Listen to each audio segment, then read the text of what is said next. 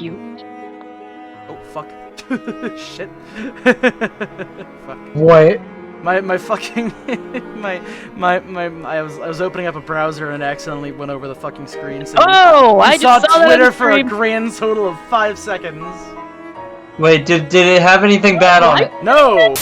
I hope you're ready for some of the Uminekos. Loading up the Umi project right now. And to take more notes and make more theories. Wait, what was wrong with the audio, Orange? I don't know, but apparently it's good now. Thank God. Ooh. Oh, you figure out the fix with... Is this gonna play the spoiler opening? Oh no, it's gonna play. Sorry, it'll play the actual proper like opening shit. Oh, hey, Noir's here, so. Cool. You're not gonna get Yeah. copyright struck for this, are you? No, we're gonna be. What? Actually, I think. Hold on, let me check the most recent upload onto YouTube. I'm pretty sure that didn't get copyright struck, and I'm guessing it's because we didn't have the audio blasting as loud as we did the first time. Yeah. Wait.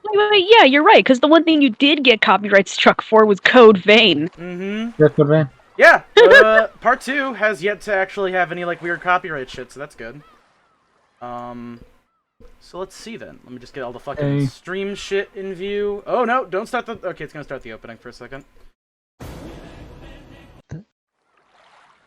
Yeah, I would run that, but I don't feel like waiting for long enough. Okay then, let's just get. Discord. Let's. Oh yep, that's the thing I have to do too, because I'm. Come on, dive into this. Well, I'm on a Discord. Why is Let's dive into this. Why is the Euphoria girl on Cartoon Network? Why did you post that? Wait, why are you posting that in live general? I mean, I guess it's kind of relevant. She looks a little bit like Beast. You fucking What the don't you fuck is that fucking emote? cross that line, motherfucker. We are not comparing that shit. What line? All right. Okay, new rule. We're going to the Whenever beach! we're doing this, nobody Never posts cry. horny, nobody's on horny, nobody is horny. And if so, then I got the axe to chop off dicks. Oh no. We haven't even gotten to the hashtag femdom yet. You guys were so bad that you had to get out the dick axe. Remember, Oh, I also have a dick cleaver and a dick scythe. type hashtag What about the- femdom to have Beatrice There you appear go. in your room at 3 a.m. All right, Let's go. let's go. We crossed the hall. We crossed the hall again on our way into the entrance. As we did, we once again saw that witch's portrait. However, the word "saw" is probably not the best word to describe that experience. It was more like our eyes were drawn to it. That woman's eyes, with their sage-like glamour, definitely had the power to make those who looked at her stand rooted into the spot. So this is the witch, Beatrice. Wonder if it's true.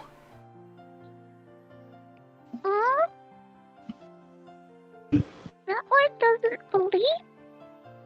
Back when he had asked what the picture was, the first person to tell him what Beatrice had been, tell him it was Beatrice had been Maria. Therefore, when Battler showed signs of doubt, Maria must have felt that Battler didn't have faith in her. Of course, that's not what Battler meant. Maria ran up to the portrait and began banging on a plate below it. Maybe the title of the portrait was written there. Maria, trying to prove that she wasn't lying, obstinately continued to hit the plate. Sorry about that. It's not like I doubt anything you said, Maria. Oh, music up a little bit? Okay. That one believes. When he patted Maria's head and apologized, she seemed to accept it, sticking out her chest and proudly ooh-oohing.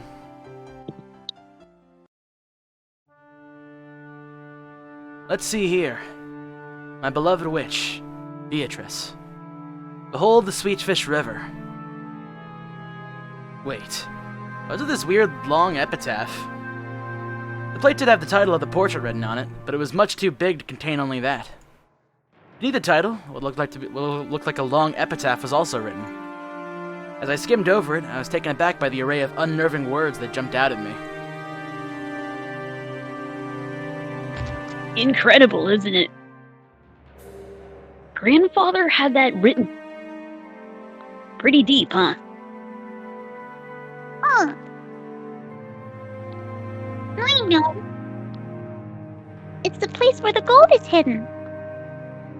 Wait, is that story about the Yashirmia family's hidden gold? There's another thing that takes me back. Wait, Anarchy. Is this for real? Grandfather had this written, but he refuses to say anything about this picture or the epitaph. Even so, amongst the family, it's often whispered that it points to the location of Grandfather's hidden gold, and that he will relinquish the family headship and the gold to the person who solves the riddle.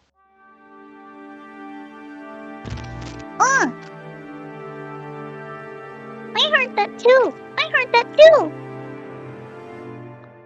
Lots and lots of gold. Well, who knows, really? 10 tons of gold bars? Sounds a bit too fishy for me. Still, if you read this all the way through, it almost seems real. I think I already explained Grandfather's upbringing. Let me also mention the Ashurmia family's Legend of the Gold. Grandfather succeeded the Ashurmia family after it had been almost totally destroyed in the Great Kanto earthquake. And successfully riding the stormy seas after the war, managed to accumulate great wealth. That much of the story everyone knows. However, this is where the strange part of the story begins. Part of it is closely tied to Grandfather's black magic hobby, so its credibility is extremely low. But, well, wait until the end before you doubt or make fun of it. After the war, Grandfather successfully predicted what the future would hold. His big gamble paid off and he accumulated a vast store of wealth. But there is a mysterious legend about how he gained the funds in the first place. Grandfather came from a branch family and had no connections in the business world or the financial world. Even though he later built connections with occupying forces, in the beginning he was supposedly a nameless person who had not yet gained anyone's trust. Money can only be gathered based on trust. There's no way anyone would lend money to an untrustworthy person. How did Grandfather, whose trustworthiness was zero, manage to obtain a large amount of funds in the first place? It is said that, when asked that question, Grandfather always answered like this. I left all my treasure in one piece. Bruh. One fateful day I encountered the Golden Witch, Beatrice. He then went on and on about how he continued to research alchemy and techniques for summoning demons in order to become a great mage. And the entity summoned as a result of the demon-calling ritual was the Golden Witch, Beatrice. And he then said that he made a contract where, in exchange for his own soul, he would receive a fortune and honor. Which then granted Grandfather 10 tons of gold. Grandfather used this gold as collateral to prepare a vast quantity of funds. And then he used that to multiply his wealth by several times and revive the Ashurmia family. I think the story is so old that our parents had already been told it when they were still children. So our parents, when they were little, explored this island in various ways, thinking that the gold that Grandfather had received from the witch might be hidden somewhere. However, since there was the danger of them getting lost in the abandoned forest, grandmother or someone began to spread the story that the witch lived in the forest and was approaching it was too dangerous. I remember that old story. When we were little, our parents told us all about it, and we went all over the island searching for treasure. Didn't we get lost in that forest and start crying until some of the servants found us? Our parents were so mad at us. That takes me back. We sure were idiots, weren't we? I mean, come on, Grandfather used that to build up the funds he'd finally bought this island with, right? That means he must have had the gold before coming here. There's no way he'd be here on the island. That's not necessarily so. Maybe the gold was hidden on the island from the beginning, and he bought the whole island just to make sure it was all his. There was a whole 10 tons of it, right? It seems more realistic that he would have tried to secure the place where it was hidden, rather than try to move it all. The epitaph was written 2 years ago. And since Grandfather had it written himself, I see. This does make the legend of the gold more believable. 10 tons of gold bestowed upon Grandfather by a witch that it said he used to revive the Ashurmia family. It's sleeping somewhere even now, and Grandfather may be planning to turn it over to whoever can solve his riddle. I guess that sounds like Grandfather's style or something. If it's true, that's one hell of an opportunity. The epitaph carved into play was very mysterious, something like a poem or a song. His sentences were incredibly disturbing, filled with the signs of grandfather's black magic hobby, and truly in bad taste. But it could definitely be viewed as a puzzle which, if solved, could lead to the place where the gold was hidden. I can't even imagine if that's what he intended or not. All I can say is this. A shady epitaph was displayed here so that everyone in the family could see it. And that, even while hinting at the existence of the gold, he still refuses to touch upon the subject of its hiding place. That caused our parents' imagination to run wild, and called a battle of wits from grandfather. It's my dad who's taking this nonsense at face value. His greed exposed to the world. No surprise there. Even though he laughs at grandfather's black magic hobby, he'll still believe this story about the hidden gold. He's all talk. Well, it's certainly not a realistic story. Hell no. At that time, when grandfather was still nameless without any connections, there's no way anyone would have just lent him a massive quantity of gold bars for free. Although, it's not unthinkable to suggest that's exactly why grandfather called his sponsor a witch. Yeah, but it's 10 tons! 10 tons! Traded for that for money, how much would that come to? Anyway, a ridiculous amount, right? It would be a ridiculous amount. They say that the total amount of gold mined by humankind since the dawn of history is at most 100,000 tons. That 1/10,000th of all the gold humankind has ever obtained throughout history should be put to just this one person is just insane. And it should all be in one place. And that would be where a witch who could just lend it to grandfather as if it was nothing. That would be no ordinary person. As for me, I think that number 10 tons sounds totally fake. In the first place, has anyone other than grandfather ever seen it?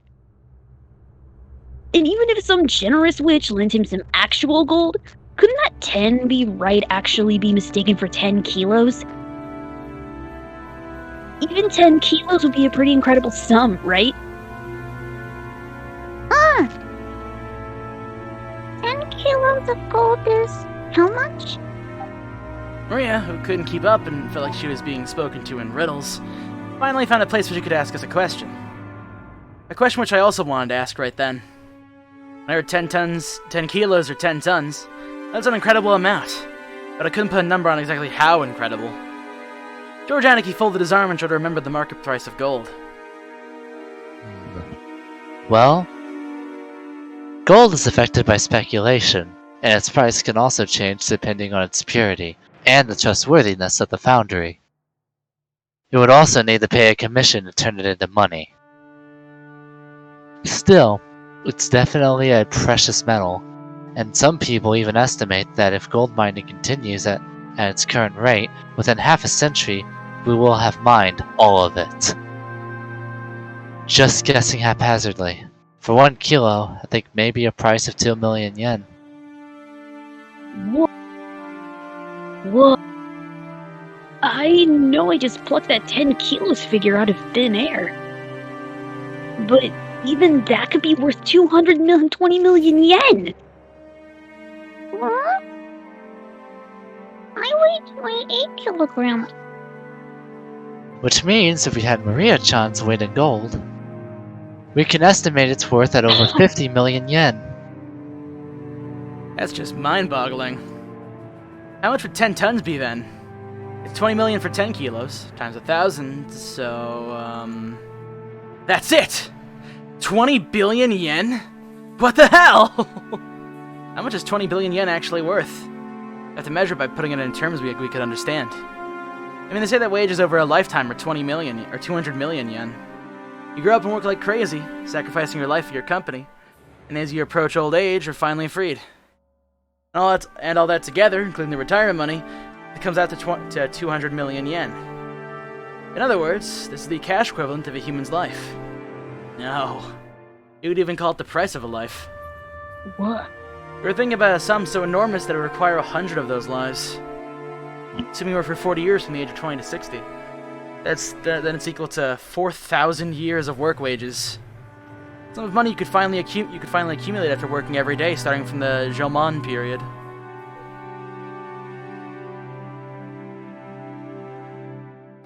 Ooh? Is 20 billion yen huge? Yeah, it's huge. Maria, you could buy more of that short kick you love than you could eat in a lifetime.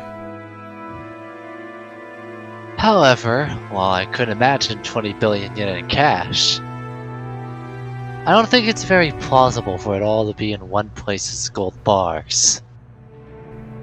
Just as I said, gold is extremely heavy, and it is not very convenient as a method for storing all your accumulated fortune.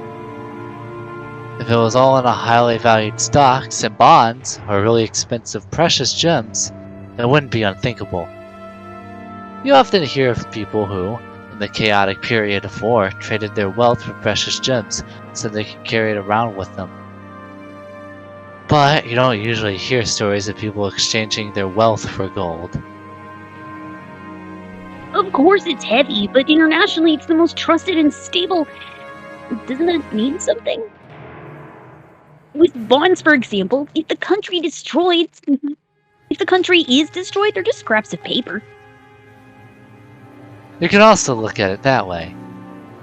But even if one 10-kilo ingot is pretty heavy to carry around, have you ever heard this? Even if you can carry a 50-kilogram person on your back, you can't carry a 50-kilogram bag over your shoulder. With that many gold bars, the amount of labor and risk for one person would be hard to calculate. Then what you're saying is, if we were talking 20 billion yen in banknotes lying around, that'd be one thing. But given that supposedly 20 billion yen in gold piled up, it doesn't really ring true. That's right. Although the legend of the gold does have a pretty interesting ring to it, even just the part about the 10 tons of gold is a little bit of a stretch. If you think about it logically like that, it sounds obviously fake. Kind of brings you back down to reality. That said, it is grandfather we're talking about after all. He may have announced his financing from some kind of rich person in an exaggerated metaphorical way as 10 tons of gold received from a witch. Even the number 10 tons feels pretty symbolic. I mean, like his gratitude for the money he borrowed was worth 10 tons of gold or something? Oh, here you go. Maybe some rich man's leisured wife generously granted it to grandfather. And maybe then he started calling this lady a witch. That's because his example isn't bad. Someone was generous enough to lend a huge sum of money to grandfather when his trustworthiness was still 0. She would certainly be someone worthy of being called a witch. Furthermore, grandfather later used that money to build a vast amount of wealth. Such an incredible ability to judge people. Again, she might well be fittingly called a witch. I'm sorry, I got blindsided because I have the fucking ah noise as the fall notification. Thank you very much. Also, since she went to the trouble of lending all that money, she might also have been enthusiastically guided how it was spent. Come to think of it, the idea to get involved with the occupying forces that probably from the Korean War, demands must have come from the witch as well. All that considered, saying that he received wealth and honor from a witch might actually have been a fair description. I see. So, in other words, the witch granted the funds necessary to revive the Yoshimiya family, and grandfather owed her big time. If that's the case, and grandfather had that huge painting drawn and displayed out of the feeling of his gratitude, yeah, that might not be that strange a story. Hey, what if this person looks like an old witch like Granny? And then grandfather idealized her appearance and turned her into this beauty when he had the painting drawn. I would bet if we ever did meet this person, she wouldn't be nearly this pretty. That's possible. The name Beatrice sounds pretty Western, and if you think about how everyone in our family has Western-style names, maybe even the name Beatrice is a result of grandfather trying to rearrange some Japanese person's name to make it sound Western. I get it. Means this pretty girl doesn't exist outside this picture. Guess that means I won't be able to rub those elegant breasts. In the first place, isn't a witch a little weird? You could find something like that anywhere on Earth. As I laughed and made fun of the witch in an attempt to differentiate myself from the kid I was 6 years ago, who was afraid of the witch of the forest, Maria tugged on my sleeve. The strength with which she did so displayed a little annoyance. Huh? What is it, Maria?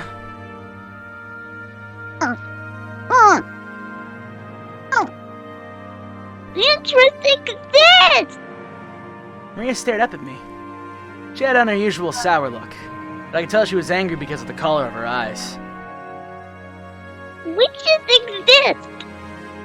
Witches exist! Well, sure, they do exist if you turn on the TV and watch anime or something. Witches exist! I started to feel pressure at not knowing why Maria was jumping on me like this. Then Jessica tapped me on the shoulder and told me in a small voice. Dumbass, don't go smashing a kid's dream. Maria really believes that things like witches and Beatrice exist. You want to be the bastard to break her heart? Come to think of it, Maria-chan, in social studies at your school, when you were asked to write about what you wanted to be when you grew up, you wrote witch, didn't you? Maria nodded seriously. Tears started to run from the corners of her eyes. I see. To a girl who wants to become a witch in the future, this Beatrice is proof that witches do exist in this world. And is also someone who she admires and strives to be like. Exist! Exist! Witches exist! But Butler doesn't believe.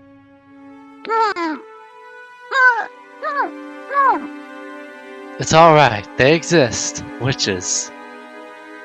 Oni-chan believes it. Georgianiki kneeled down and held Maria's head. Watching this, Jessica poked me in the side. So, that's what it is. It's basically like I just dropped the bomb that Santa Claus doesn't exist. But of a child who believes in him on Christmas Eve. I'm not the kind of guy who likes to shatter kids' dreams. I'm sorry. I was trying to make fun of your dreams. I apologize. Of course Beatrice exists. Even now she's living in the forest and comes every night to the mansion to peek in and see what everyone's doing. That's why you shouldn't go into the forest. And at night you mustn't stay up there staring in the dark forest. You might be seen by the witch of the forest, Beatrice. After all, grandmother said so.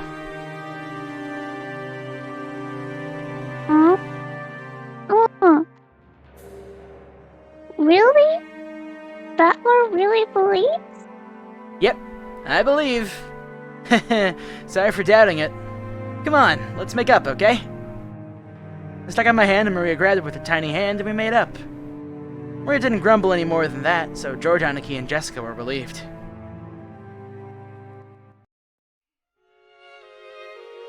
Oh. This is where all of you were? I was sure you had just left to go to the beach. Shannon-chan, carrying a basket, was surprised to find us all gathered in front of the portrait. Shannon! Well, this is the first time Battler has seen Beatrice's portrait. He was just fascinated by it. Yes, he does that, doesn't he? Yes, she does that, doesn't she? Beatrice-sama is truly beautiful. I am sure that she captivated the master. In addition to the patron theory, There's also a theory that she was grandfather's first love. Either way, although it's been several decades since he met her, even now she holds a special place in his heart. Which must mean that he's still captivated by her even today. Sheesh. Must make grandmother pretty jealous, right? I don't know everything, but yeah, that did happen, actually. Apparently, grandmother believed that he was cheating on her with some blonde-haired woman. Oh, good smell. Good smell coming from Shannon. Maria, sniffing, approached the basket Shan was holding with interest. Now that you mention it, I did notice a fragrant scent with the essence of vanilla. Ah, I apologize. I was told by Kumasawa-san to bring them to you all. Oh, what is it, I wonder? Oh, excellent. Cookies. Ah! Wanna eat cookie? Wanna eat cookie? Ah! Certainly. You may eat as many as you would like. But, Not sure whether it was really acceptable to serve cookies in a place like this, in front of a portrait. Shan sent us a glance which seemed to ask what we wanted to do. Well, thinking about it, yeah, that would be bad manners. Maria, why don't we eat these someplace else? Let's put the cookies in a bento and have a picnic. Ah! Have a picnic! Have a picnic! If we can eat cookies, let's go! Yeah, go get some fresh air. You shouldn't pick out food right in front of the witch. Oh, right.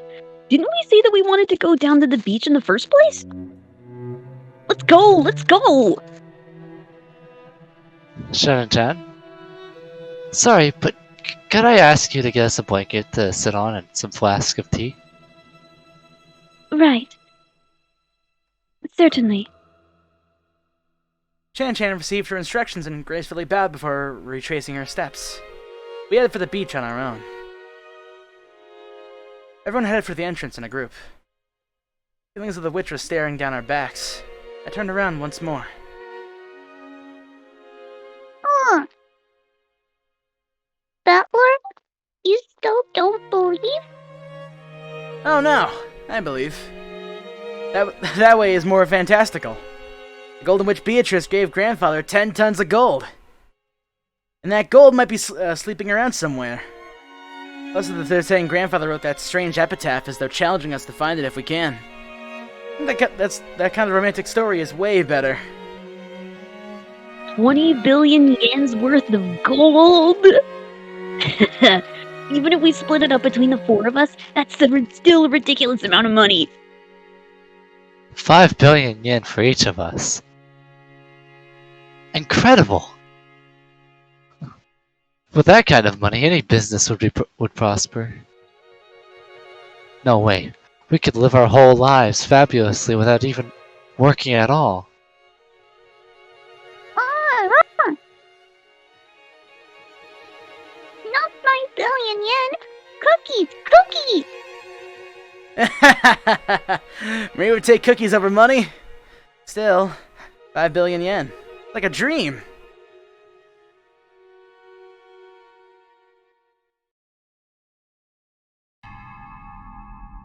Back to the adults.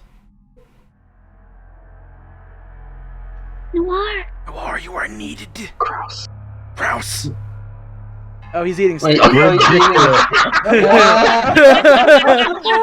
a steak. That's actually super fitting. Hey, Grouse, why are you eating this steak? Ridiculous.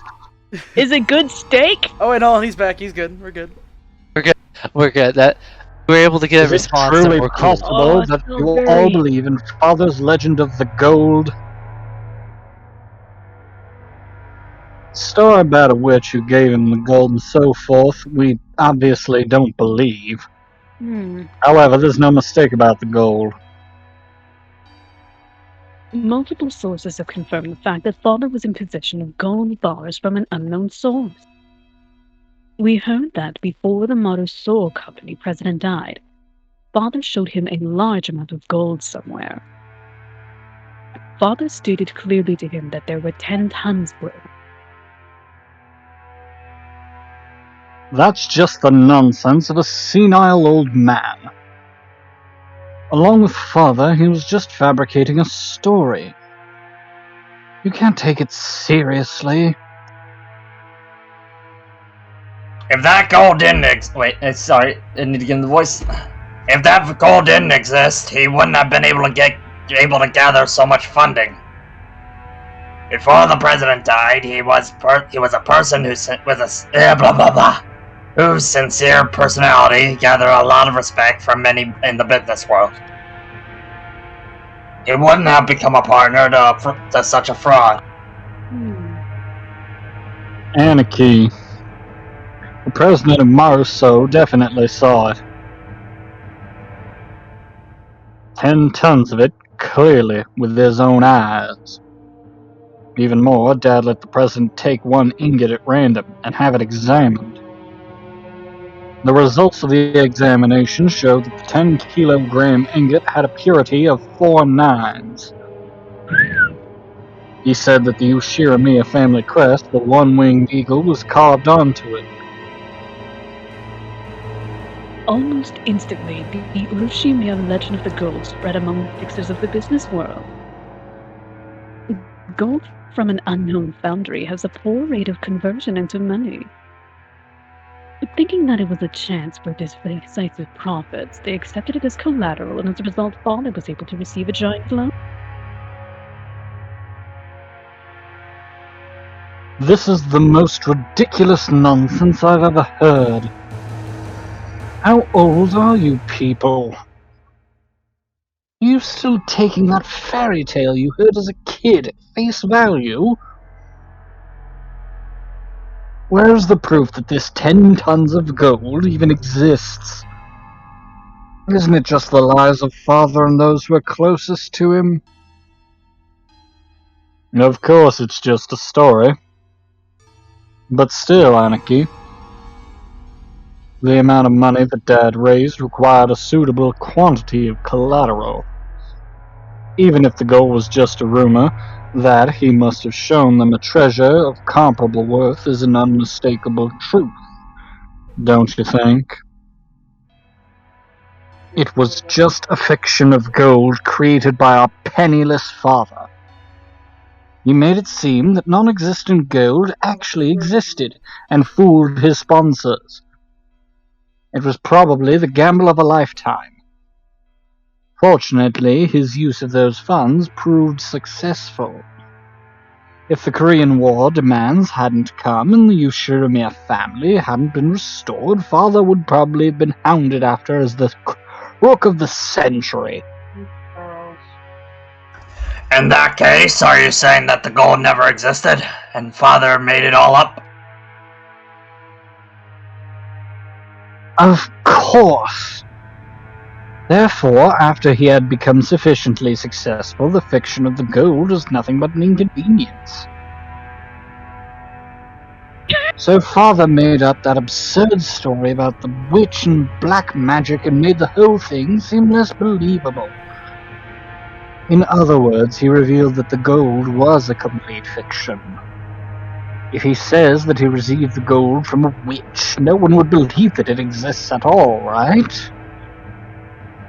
He may have even said it for all of your sakes.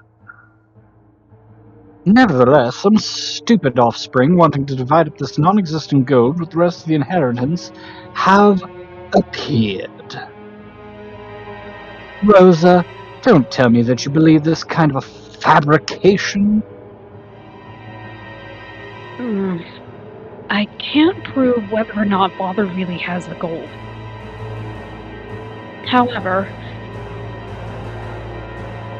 as one of Father's 4 children, I just want to claim my rightful share.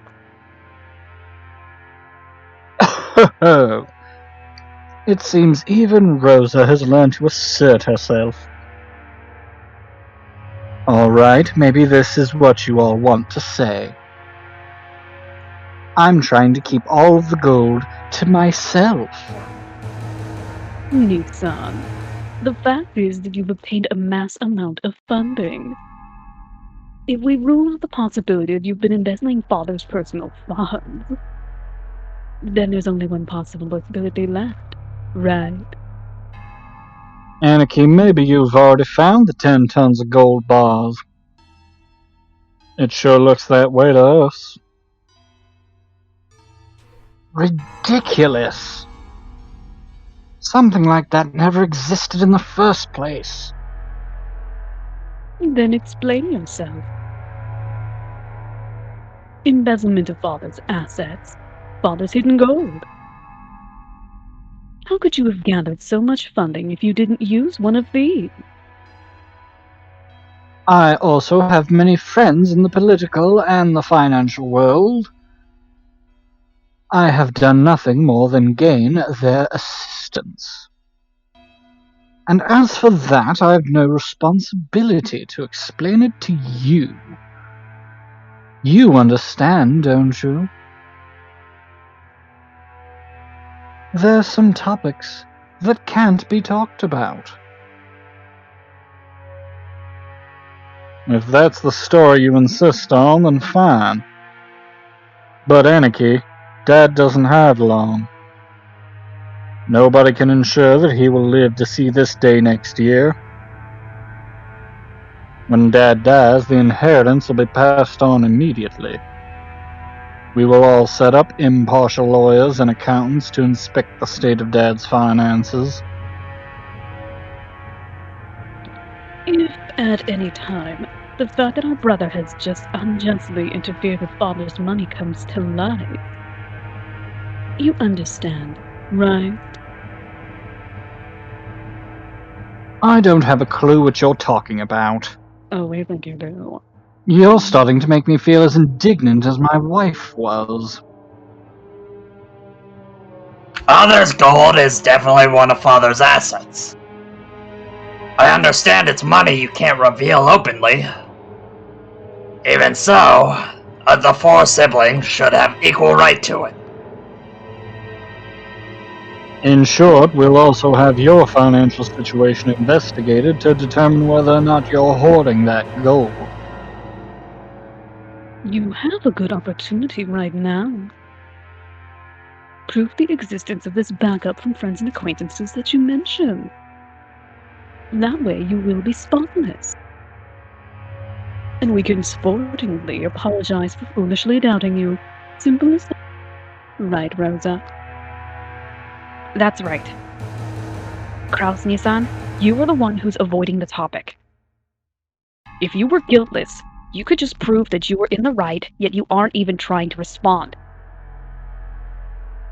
However, Anarchy, we will have to still consider your position here. As Dad's representative, you're probably bearing a larger share of the burden than we are. It wouldn't be fair for the rest of us who've been living terribly relaxed lives until now to complain without taking that into account. Oh.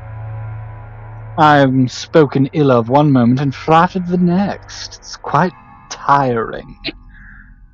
Please get to the point.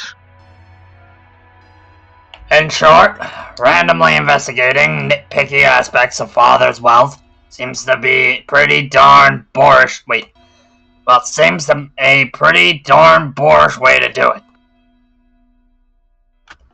As you said, Krasny-san, you probably got movement of money that are difficult to explain.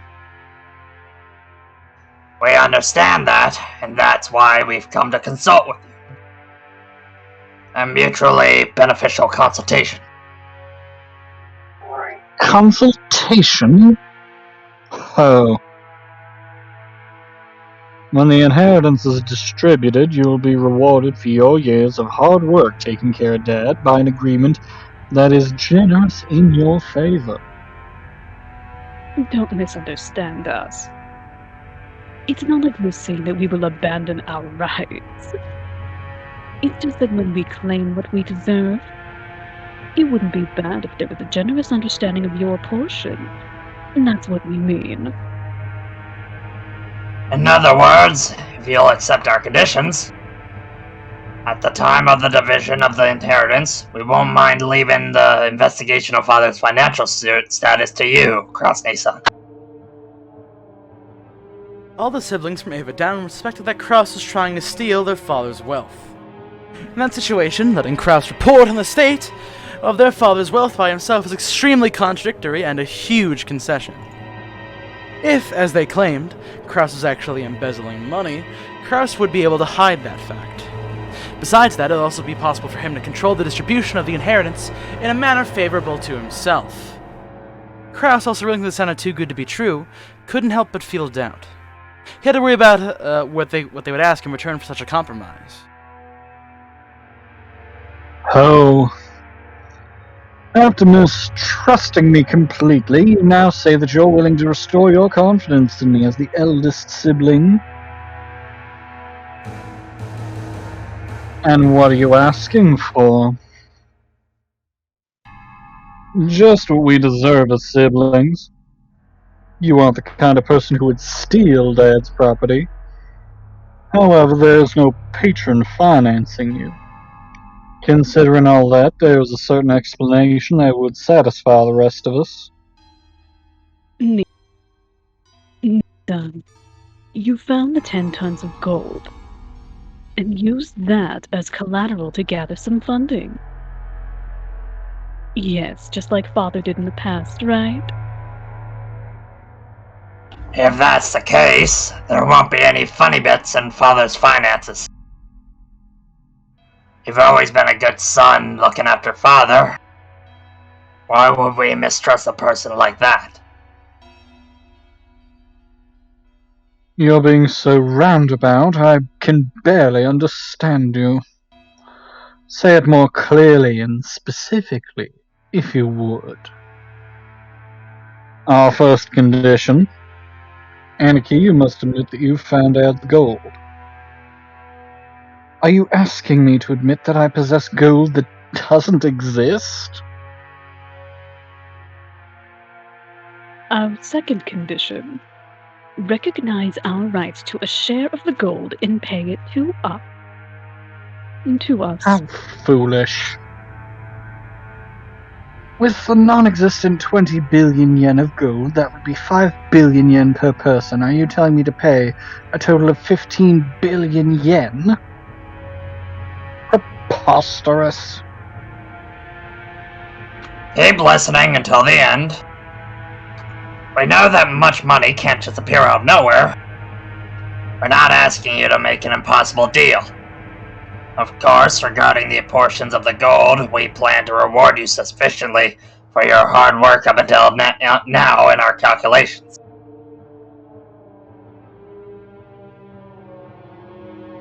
Huh? Sorry, I was writing something down. Oh, okay.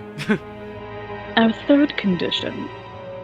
The portion of the gold to the one bearing the title of successor to the Uroshimio main family will be 50%. The remainder will be split fairly between all the siblings. Of course, this also includes you, Kraus-san. Of the 20 billion, 12.5 billion will go to Anarchy. 2.5 billion will go to Ava Nason. 2.5 billion will go to me. And 2.5 will go to Rosa. A distribution that makes me so grateful I could cry. So you're saying, for the sake of the gold that doesn't exist, I must pay you $7.5 billion. Yen. Yen. What's wrong? Nissan, your share is 5 times the size of ours. That's such a good condition, I'd be jumping for joy.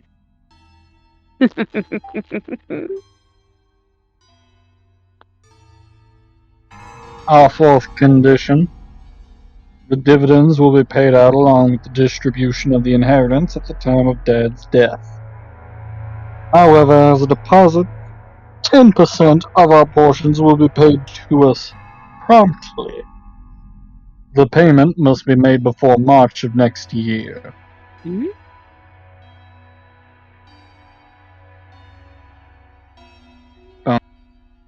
So, what do you think, Krasny-san?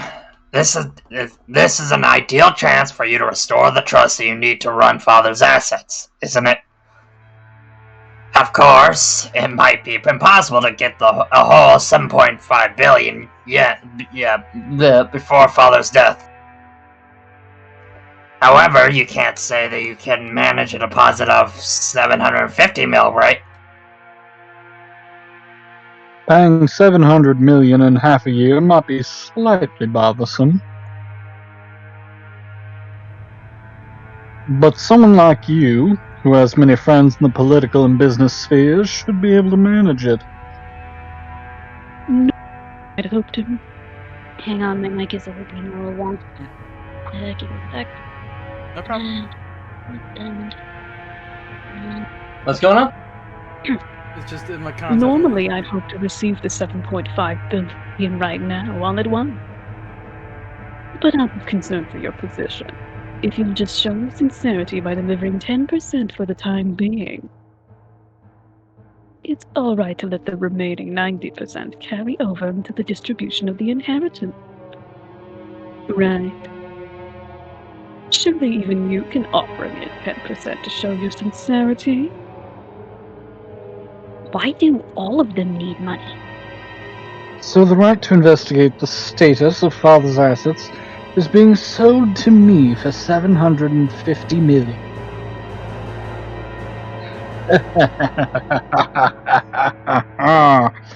Isn't that great? You all sure have grown. I never thought you all would become capable of offering a deal to me.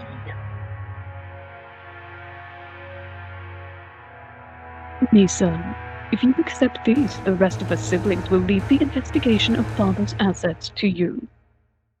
However, the results of that investigation will be subject to appeal. It's only natural, right? We'd be sad if you adjusted our portions downwards by 7.5 billion. As a general rule, we wouldn't complain. As long as you do it neatly, it's fine. As long as you don't do anything significantly obvious, we don't plan to aggravate anything. We want the inheritance quickly, as much as you do. I don't want to get all drawn out and led astray. In case of an appeal, who would do the second investigation? That can be yours as well. This will probably be the first and last opportunity for us siblings to discuss this. I trust you not to let it come to that.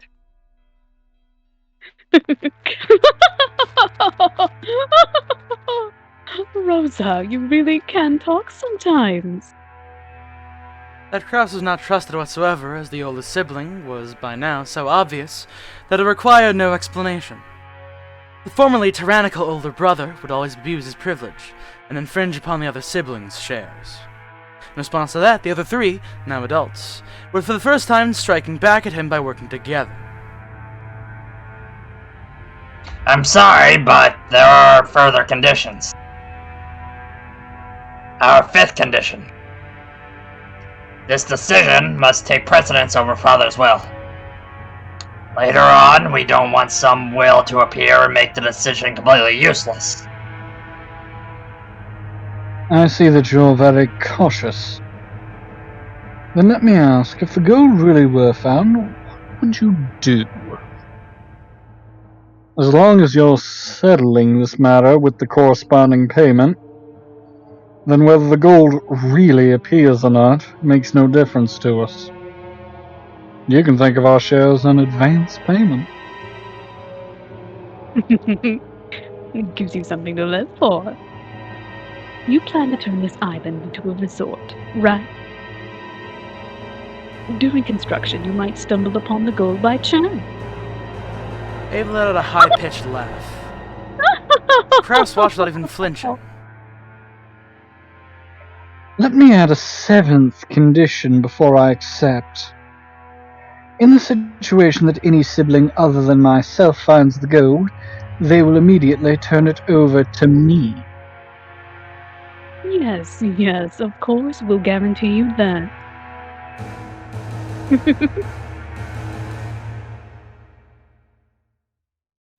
Insignificant details. The others, who were forcing Kraus to pay money for some non-existent gold, would of course not insure Kraus's portion if they actually found the gold. From the beginning, the deal had been nothing more than a threat directed at Kraus. While the truth might be different, the probability that Kraus was embezzling his father's assets was extremely high. When at last Kinzo faced death and it came time for the inheritance to be distributed, surely some unpleasant facts would come to light. That situation would likely be a fatal wound to Kraus. They had latched onto his weak point, and were threatening the brother under the veil of compromise, trying to wring out a huge sum of money. However, they had one thing slip through their minds. They then forgot that their oldest sibling, who they couldn't defeat unless they had banded together, was a very nimble thinker when it came to being crafty. Kraus relaxed and let out a gloating laugh as he spoke to Ava, who did not hide her smile, so certain she was of her victory.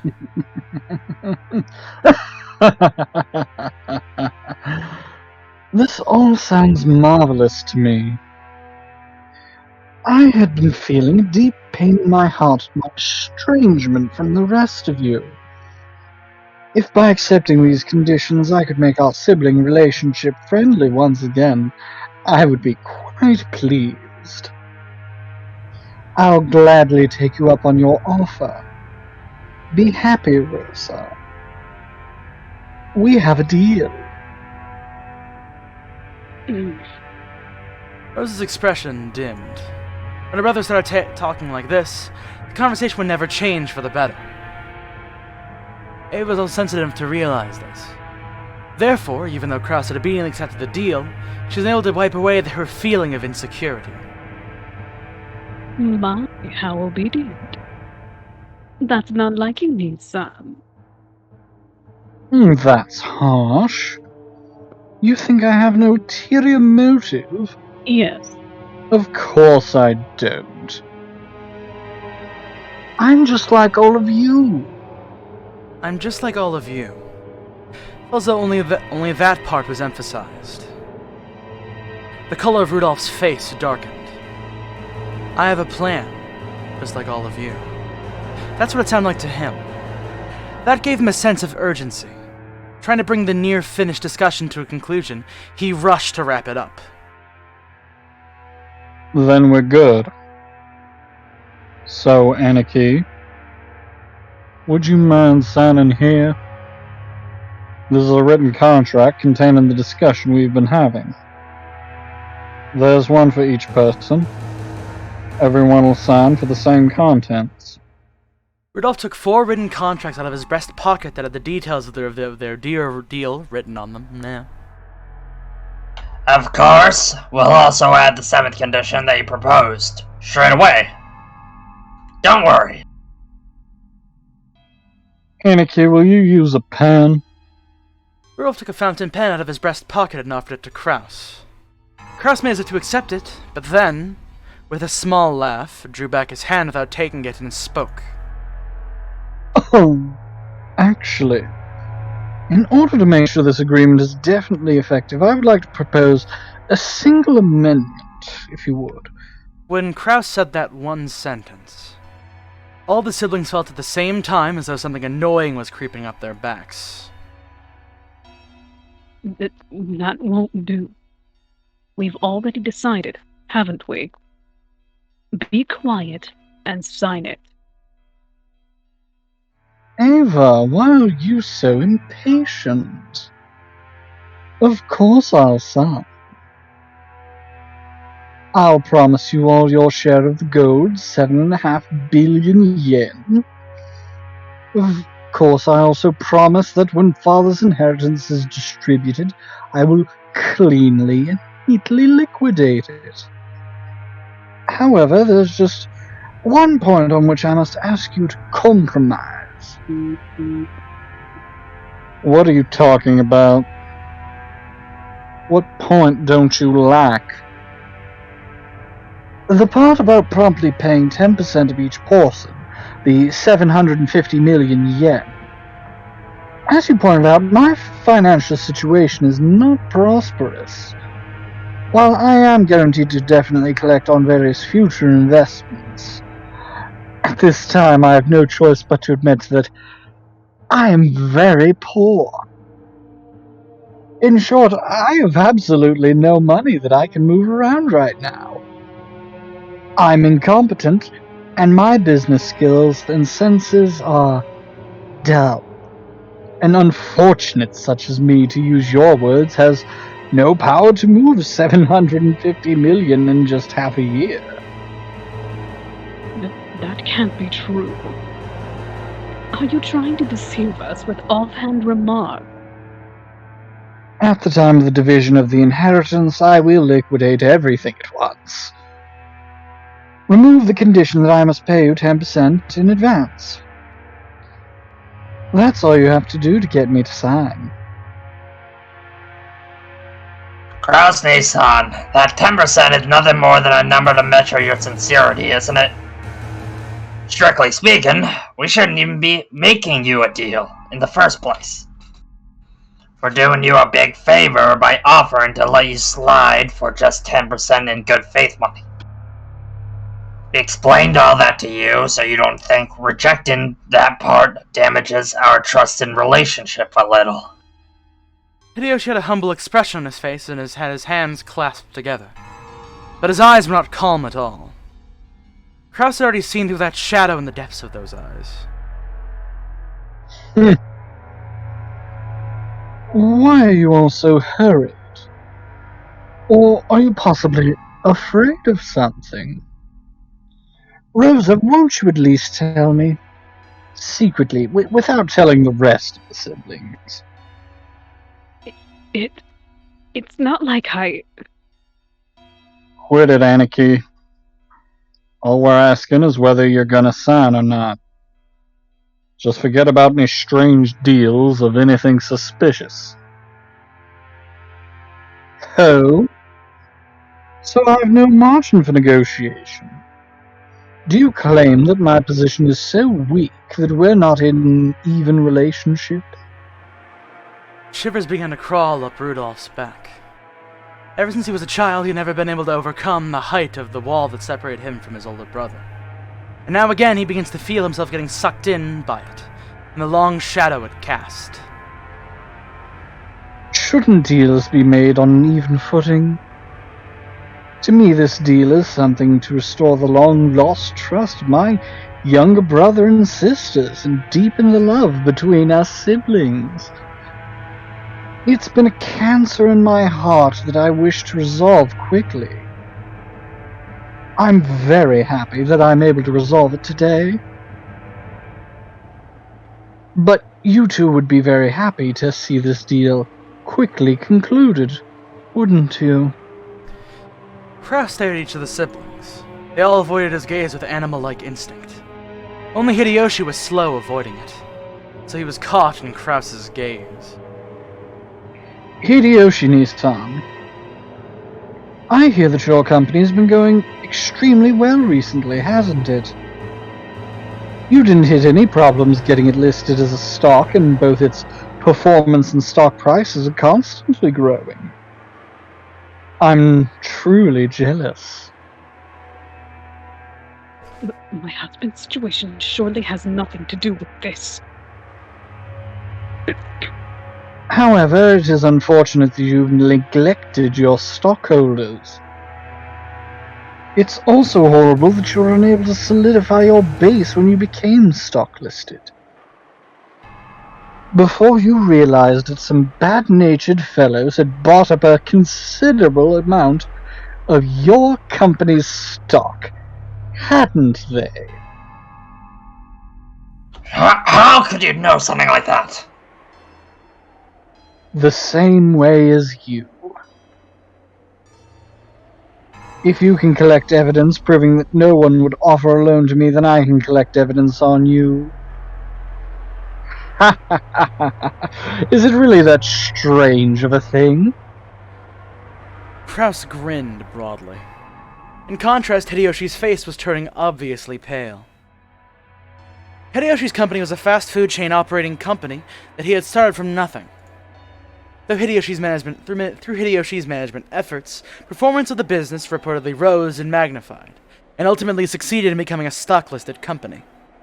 The greatest advantage of being on a stock-holding system is that, by selling stock certificates, a large amount of financing can be gained. That amount is far greater than the actual profits from a business. This made an extremely effective way to gather the massive funds needed to grow his company even further. However, in exchange for financing the company, the stockholders have certain rights. Namely, the right to observe and guide the company as they have financed, in order to raise its profits above their investment. That right is guaranteed to all stockholders, and they sometimes even use it to reorganize it in ineffectual management. It is the right to prevent the money that they have spent financing the company from going to waste, by watching the management of the company. However, if they use this right forcibly, they can eject the former management and take over the company. Because the general body of all stockholders has this power to dismiss the management and nominate new management. That right is exercised on a majority decision by the stockholders. People who hold more stocks get to cast more votes. In other words, if some person or group holds a majority of the stock, they can freely chase out the old management and make the presidency anyone who they would like. If they want, it's even possible they can make themselves president. Many companies, in order to prevent their stocks from being bought up by malicious people and their position from being threatened, take some kind of defensive measures, such as having their own employees or people close to them buy a lot of stock certificates, in order to prevent a hostile group from securing the majority. However, since Hideyoshi's company had only recently become stock listed, they hadn't had the time to strengthen those defensive measures. No, maybe Hideyoshi himself was so engrossed in the management of his company that he hadn't realized the dangers of being stock listed. So to say whether he should be viewed as a kind-hearted and skilled manager immersed in management, or a foolish manager who had his feet swept out from under him. But in any case, there were people out there who would not let him get away with that naivete unscathed. They rapidly brought up Hideyoshi's company's stocks, and instantly gained a significant amount of power.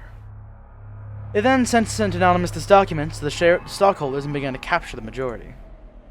The documents read that the current management continues to make pointless investments and is ignoring the needs of the stockholders. Let us force the current manager to retire, cut the current wasted investments, and let this company be born again as one that gives more back to the stockholders. It's very difficult to make the actual state of the company's management known.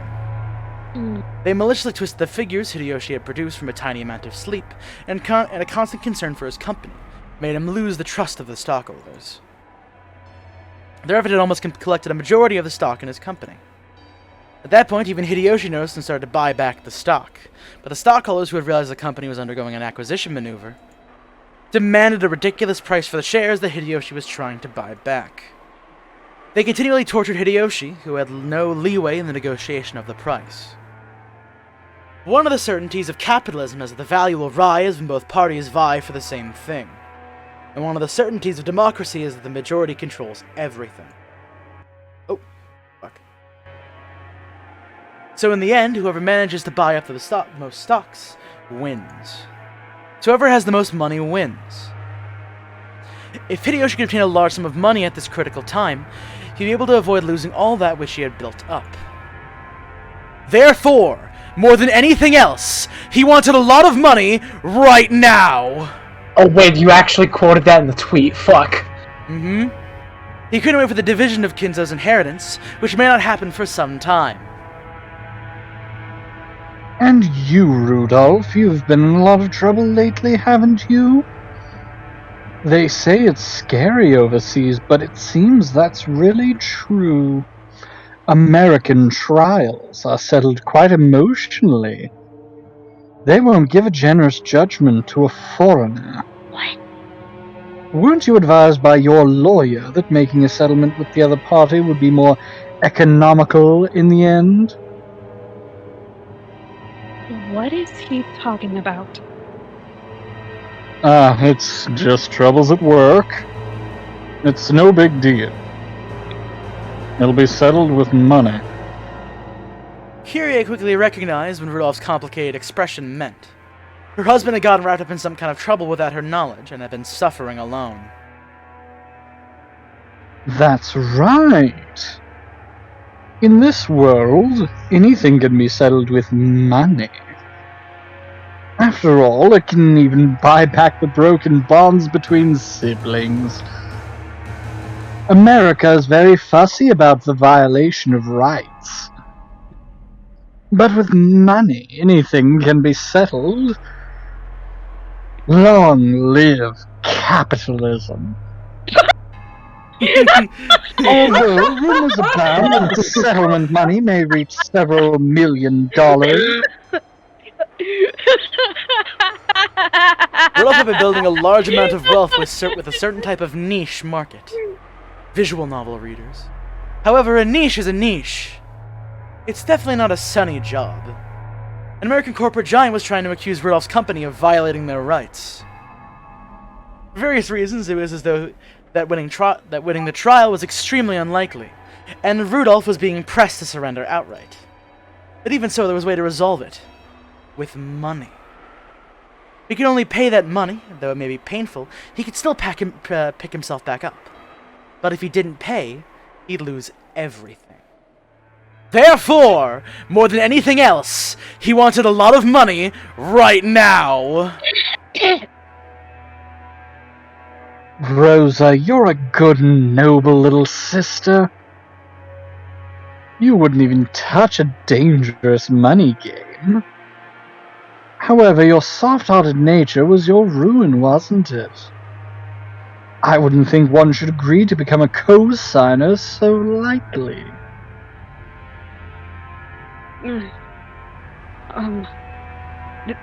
That has nothing to do with you, Kraus-san.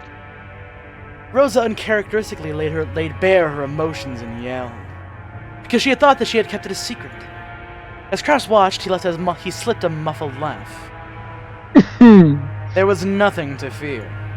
Every one of them, more than anything else, wanted a lot of money right now.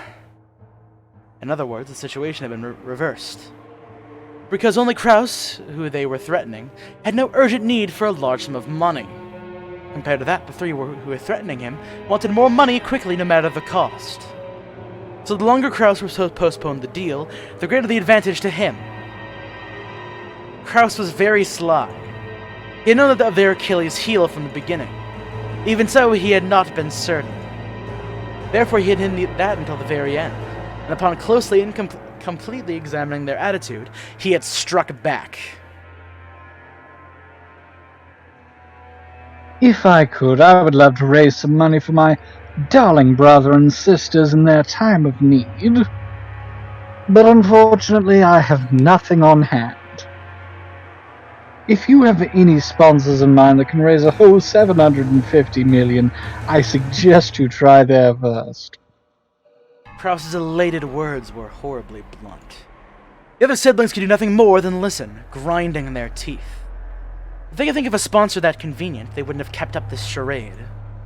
They entered into a huge battle specifically because they had exhausted all of their options. If you're still set on relying on your older brother, I could use my influence to find you sponsors. Oh, wait, you already said that I have no influence. Well then, I can't do anything, can I?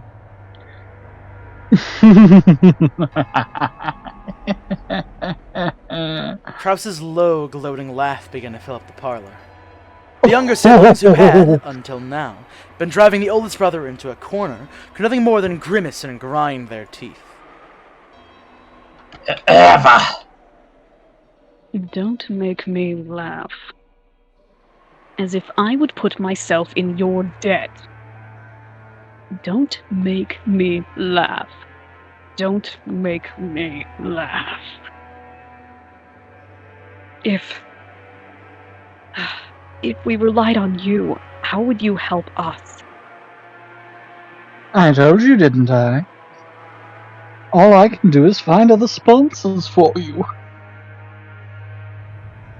Of course, I will do my utmost to negotiate so that you can borrow the interest as well.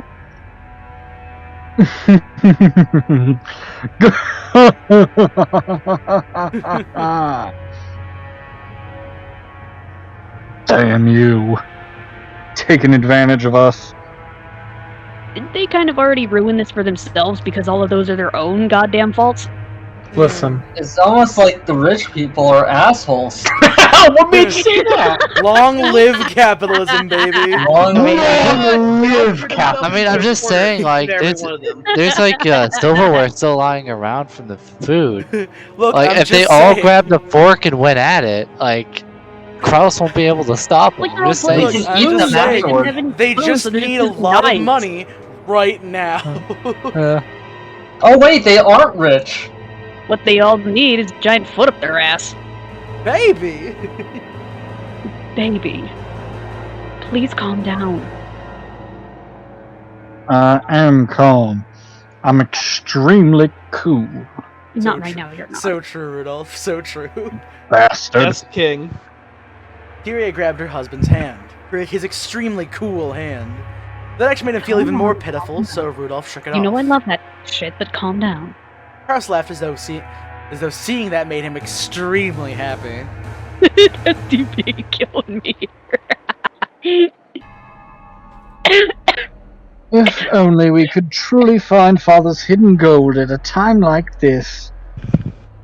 Then I could split it up into 2.5 billion yen portions for you right away. Oh, fuck yeah. Oh. How sad. How sad. How very, very sad. How extremely, totally, truly, hopelessly sad. Tonight, let us drink together as brother and sisters, and discuss the whereabouts of Father's hidden gold. Solve the riddle of Beatrice's epitaph together. Why don't we? Damn, Orange, you are right. This is some serious Danganronpa dialogue. I just like that bit about everybody being truly hopelessly sad. With 4 friendly siblings all together, there's surely no puzzle that can't be solved.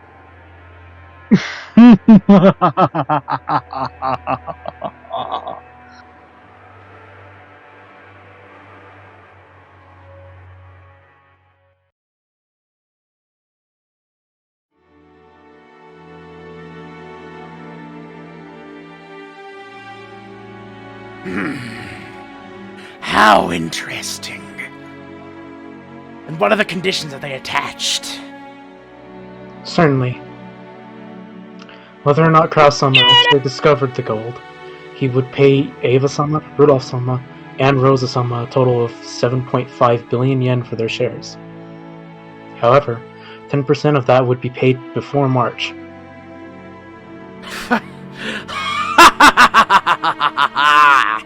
Kraus, you dunce! That he would have had his feet swept out from under him by his younger siblings. Truly amusing. But it seems they couldn't seal the deal. Yes. Kraus-sama exposed that Eva-sama and the younger siblings all had an urgent need to get money. So if we'd given something that simple, he can see through it then. He can't even manage incompetence. What are they doing now? That conversation has been put on hold for the time being. Now, Beatrice-sama's epitaph is being discussed. So they're trying to solve the riddle and find out where my gold is hidden. Yes. Kinzo set down his glasses and snorted. Will the miracle be fulfilled first? Or will those fools expose the gold first? What a sight to behold. If those fools solve my puzzle at that time, I'll be completely defeated. They can suck my corpse down to the last fragment of bone. The magnitude of the fool's greed imbues my great magic with its miraculous potential. But if the fulfillment of the miracle comes first, if it comes first, Beatrice will be resurrected again. That smile which I have been chasing half my life will be restored. Oh, Beatrice!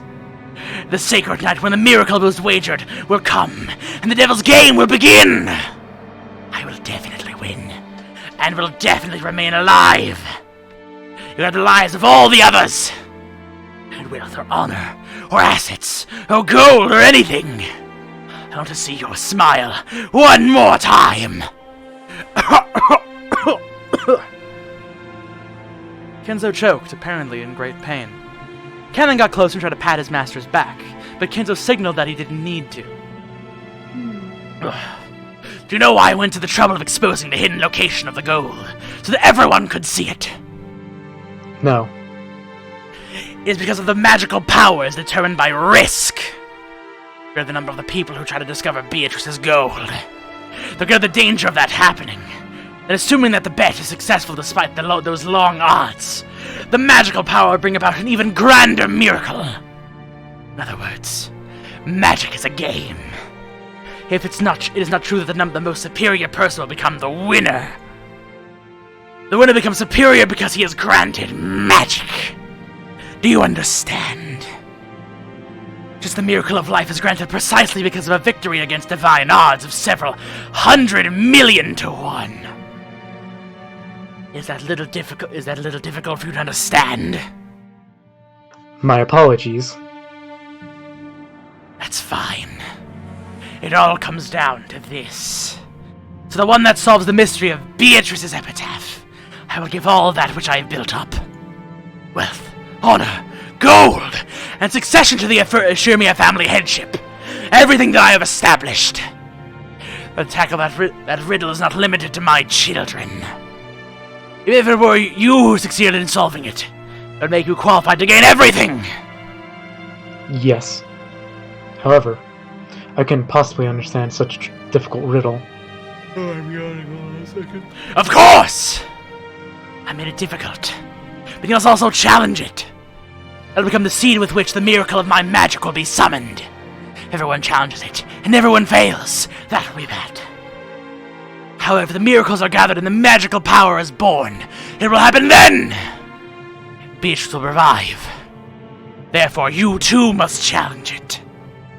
All must challenge it. And in doing so, they must give strength to my magic! Do you understand? Yes. Were you trying to pull a JoJo there? Shut up. Sir, is that a JoJo reference? Do you understand? Is a fucking thing from JoJo. For a long while... I was doing a bit. Is that a motherfucking JoJo reference? For a long while, Kenzo repeatedly muttered to himself, agitated and grabbing onto his head. Kanon stayed where he was, alert and unmoving, until he was given the next order from his master. Kenzo finally realized that. That is all! Leave me now! There's a bag of sweets in the liquor cabinet. You can take some with you as a reward! I'm fine. I'm not fucking 2 years old. After all, I am furniture. He's... So furniture doesn't eat sweets. Indeed! In that case, leave me. As you ask. Please excuse me. Kanon bowed and left the study. When it was closed, they heard a heavy locking noise resounding.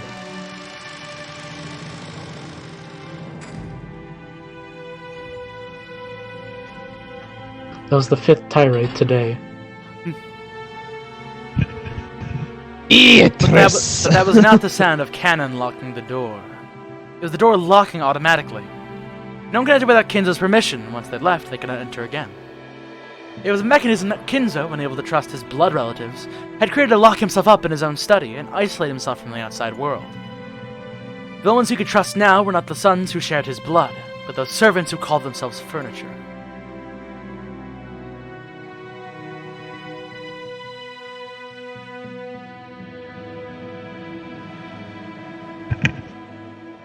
Dr. Nanjo, is something the matter? Oh, Genji! It's just that I had no place in there anymore. With a bitter laugh, Nanjo turned to face the door to the parlor. Not because of the motion, Genji understood what Nanjo wanted to say. For the most part, Genji also understood the family situation. must have made him want to frown. And that right now, in the parlor, the master served was being discussed somewhat disrespectfully. But it would have been very difficult to gather this from his indifferent expression. Still, it isn't clear to me why did Kinzo-san have something so provocative written, I wonder. Nanjo looked at the portrait of Beatrice. No, he actually directed his gaze beneath the portrait at the plaque with the epitaph. I fail to understand the master's thoughts. I sense that they run very deep. For as long as I can remember, when Kinzo-san played chess, he would always make moves based on some far-sighted reading of the board. Sometimes even moves that were incomprehensible. For an average person like me, it's impossible to see through whatever he's planning. I personally suspect... Fuck. Sorry, let me just try that again. I personally suspect this may be some kind of will from the master. He most likely intends to entrust his assets and the family headship to whoever manages to comprehend it. Hoping that the danger of some outsider like myself solving it would force the four siblings to work together to solve the riddle. It could be something like that then. Kinzo-san may have rudely disparaged the children, but he might also be hoping that the siblings repair the relationship.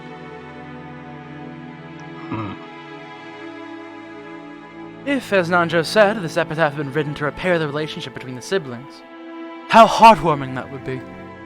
However, Nanjo and Genji both knew that this was one thing that could never be the case. They were the two who had held the longest relationship with Kinzo, more trusted than his blood relatives. And even they cannot guess at Kinzo's true motive. The master is always saying that the right to challenge the riddle is granted to everyone, whether they are a member of family or not. How about you, Dr. Nanjo? No, it's a little too hard to understand for this senile old man. Actually, I wrote this epitaph down in my notebook at one point in time. Can we see it? Night after night, I would try to solve it before going to sleep, but... it truly is hard. I believe it shall continue providing me enjoyment for the rest of my days. What about you, Genji-san? I am nothing more than furniture that serves the master. Gold and assets are useless to me. My, you are a humble person. That's probably why Kinzo-san trusts you so much. If so, I am honored.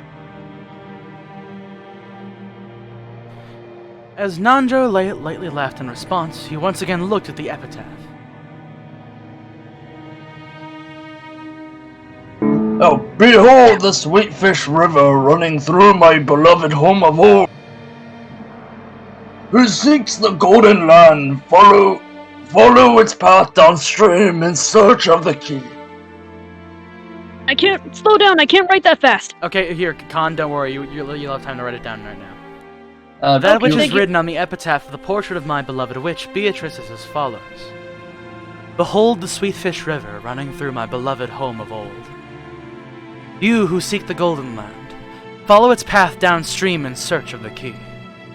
As you travel down it, you will see a village. In that village, look for the shore of the two speak of. There the key to the golden land sleeps.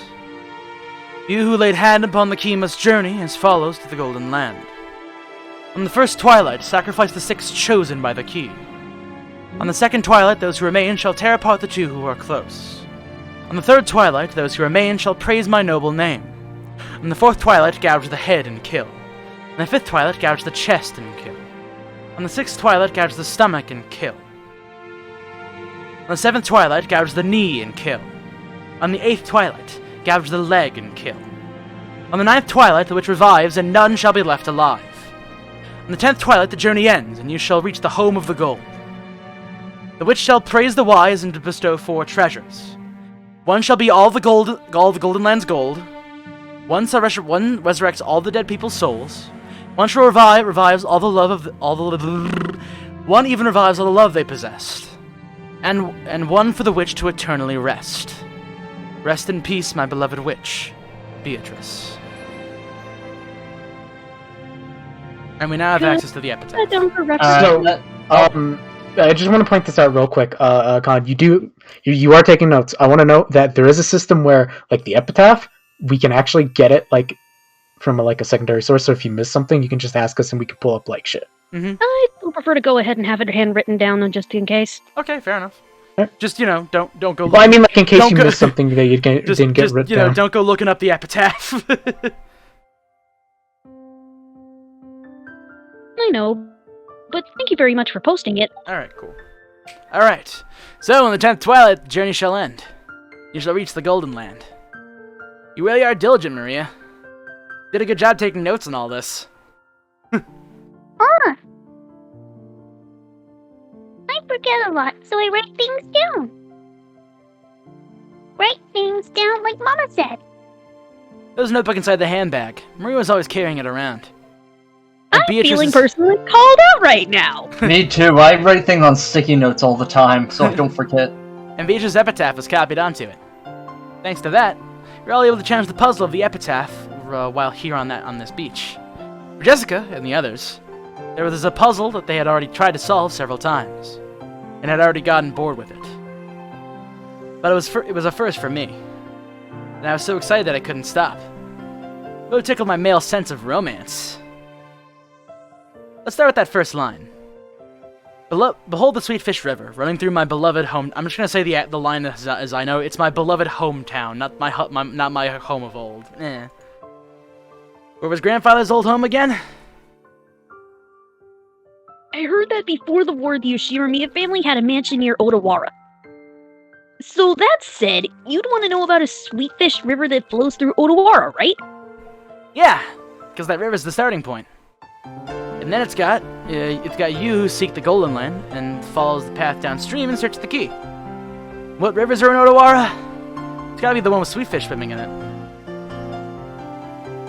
For sweet fish in Odawara, it'd have to be a Hayakawa. How do you know this information offhand? Just for research. Geography. It's famous for its mountain stream fishing.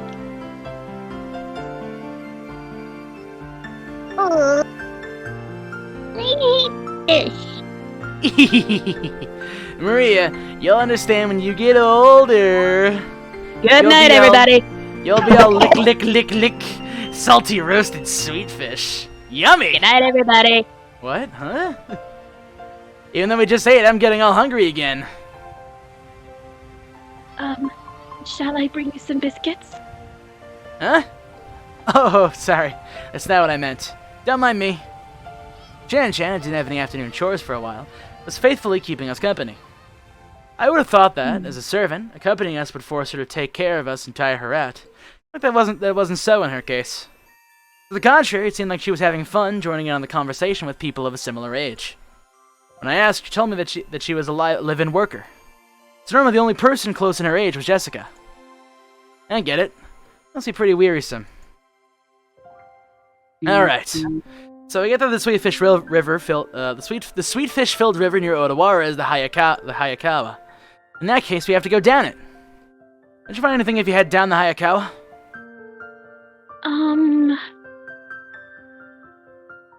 If you follow it downstream, you'll arrive in the ocean. Of course, you reach the mouth of the river. And the third line of the epitaph was, as you travel down it, you'll see a village. By the way, since long ago, the mouths of rivers have generally been key points for transportation, and large cities tend to be built there.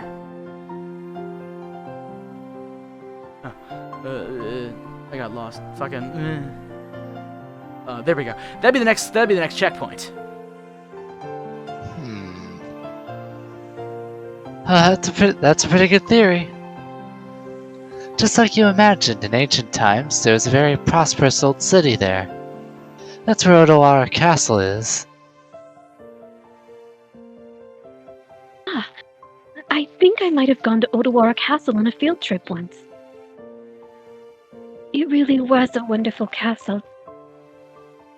Yeah, I went to Odawara Castle too. Even though I live in a Western-style house, it sure is true that Japanese people feel calmer with Japanese style.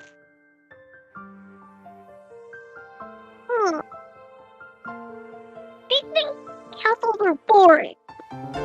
Theme parks are better. I see. Alright. Find the gold, the great Battler Sama will generously reserve the whole theme park for a day, and let you play all you want. Still, Odawara Castle. The hidden gold of Odawara Castle. Oh-ho! Kind of has the right ring to it, don't you think?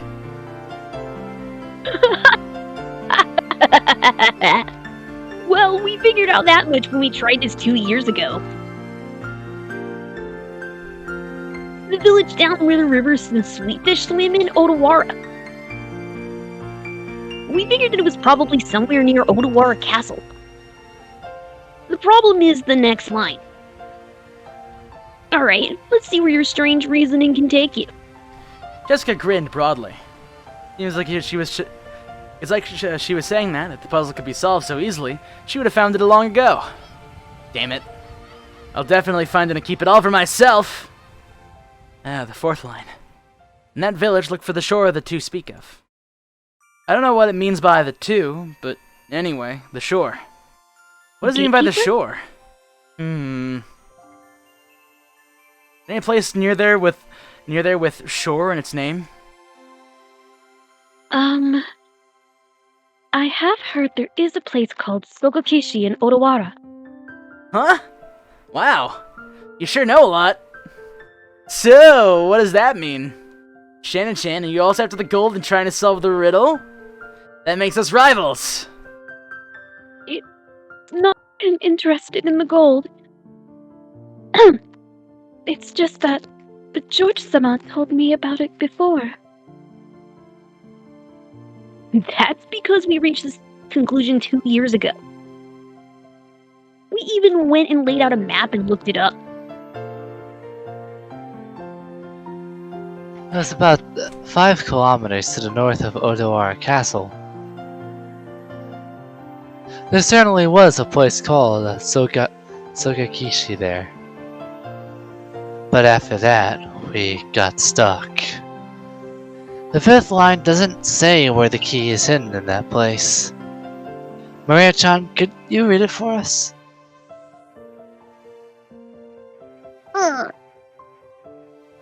There's the key to the Golden Land Suite. Oh! I read it! Sogakishi is probably large and there was never any house built there by the Yoshimiya family. With no hint to where the key is hidden in that huge area, we pretty much have to throw in the towel. You're right. Without the key, we can't advance to the next line. George Anarchy, what kind of place is Sogakishi? I'm not sure. I've never been there, so I don't really know. But according to the map, it's in the mountains. I'm pretty sure it's at the base of Mount Asama. It doesn't sit right with me here. Our puzzles for the hiding place of a treasure meant to be a bit more exact than this. I get the feeling we're barking up the wrong tree with Sogakishi. About that, Sogakishi looks suspicious to me. There might be some house there that we just don't know about that grandfather lived in when he was a kid. I mean, the first line did go on about his beloved home of old. Shannon, grandfather has you pouring drinks and stuff for him a lot, right? Have you ever been made to listen to stories from his past? The master almost never speaks of his past. However, I've heard him speak of the great Kanto earthquake that almost destroyed the Yoshimiya family as though it had nothing to do with him.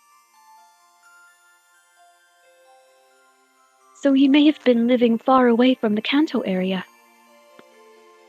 The Yoshimiya main family may have been living in Odawara, but the branch families probably weren't limited to that. Grandfather often called himself branch of the Branch family, and the least connected to the succession. After all, So, in other words, the beloved home of old might not even be Odawara at all. I've never even asked about grandfather's old home. Ugh. And he probably wouldn't give it away if I did. if the so-called beloved home of old isn't referring to the Ishirimiya family's roots, then the Odawara theory is wrong from the beginning. Of course, this doesn't remove all possibility that there was Sogakishi. For example, he could have lived in Odawara when he was very young, but then moved far away later.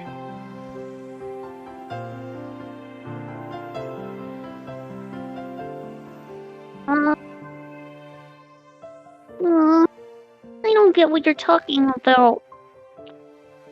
Maria had been completely left out of the conversation, and she now sat puffing out her cheeks in boredom. Well, basically, if you can't decide whether the start is for our golden game of chutes and ladders, we can't even begin to play. But wait. In the first 5 lines of the thing we're searching for is a key, right? The intro door even without a key, just by busting right through it. Can't we just key down this? Can't we just throw away the first 5 lines and start figuring out the rest? Oh! I hadn't thought of that. Oh well, we were just killing time anyway. Let's hear the rest of your reasoning. But in the next part, it quickly becomes disturbing. Chan frowned slightly, looking back at Maria's notebook to recall what was written there. Alright, I agree. In the first twilight, sacrifice the 6 chosen by the key. It sure does get horrible quickly. On the second twilight, it says to tear apart the 2 who are close. Does that mean to make them break off their romance? Or literally tear them apart? I don't know, but either way it's pretty disgusting. Even if we ignore the meaning of that second line, on the first twilight it's 6 people. And on the 4th to the 8th twilights it's 5 people. So at least 11 people must become sacrifices. Sacrifices to revive Beatrice. I see. Sacrifices to bring back the witch. I guess you could take it that way. As a result, the witch revives in the 9th twilight. Now, this last part is glorious. On the ninth twilight, the witch revives, and none shall be left alive. So everyone dies in the end anyway. And then it's got the goal finally being reached on the 10th twilight that follows. Not sure how anyone shall reach the Golden Land if everyone's dead. It seems to allow for different interpretations as to whether or not the traveler who holds the key would be included in the none shall be left alive part. Oh, I'm yawning. There's something pretty interesting written at the end. The line's about how, after reaching the goal, 4 treasure will be given by the witch. One shall be all the gold. The problem is the next one. That she'll resurrect all the dead people's souls, right? Isn't it this refers to everyone that died in the earlier lines? If you put it like that, the next one, the part about even reviving the love they possess, might be referring to the pair torn apart in the second twilight. That's right. And the 4th one refers to the 9th twilight. The 4th treasure is putting the witch, revived on the 9th twilight, back to sleep again. If we interpret it favorably, it's hectic with people dying and being broken up, but it's all made well in the end.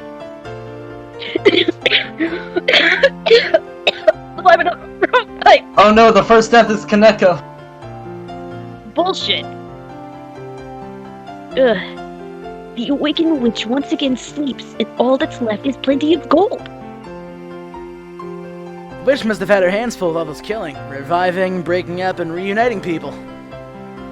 Not to mention waking up and sleeping. Oh well. As when the tale of the hidden gold was getting interesting. Just as the witch's story is tied in, it quickly all gets pretty shady. No kidding. I laughed along with Jessica. After all, a witch was just ridiculous. As we started laughing like that, Maria, who believes in witches, got all angry.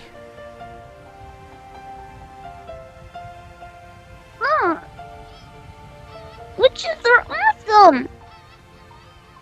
They can do anything with magic. Even kill. Even bring back to life. Even give love. Even take it. Apparently not stop one crazy blonde bitch. You need friendship for that. Can become invisible. Can even make gold and bread out of nothing.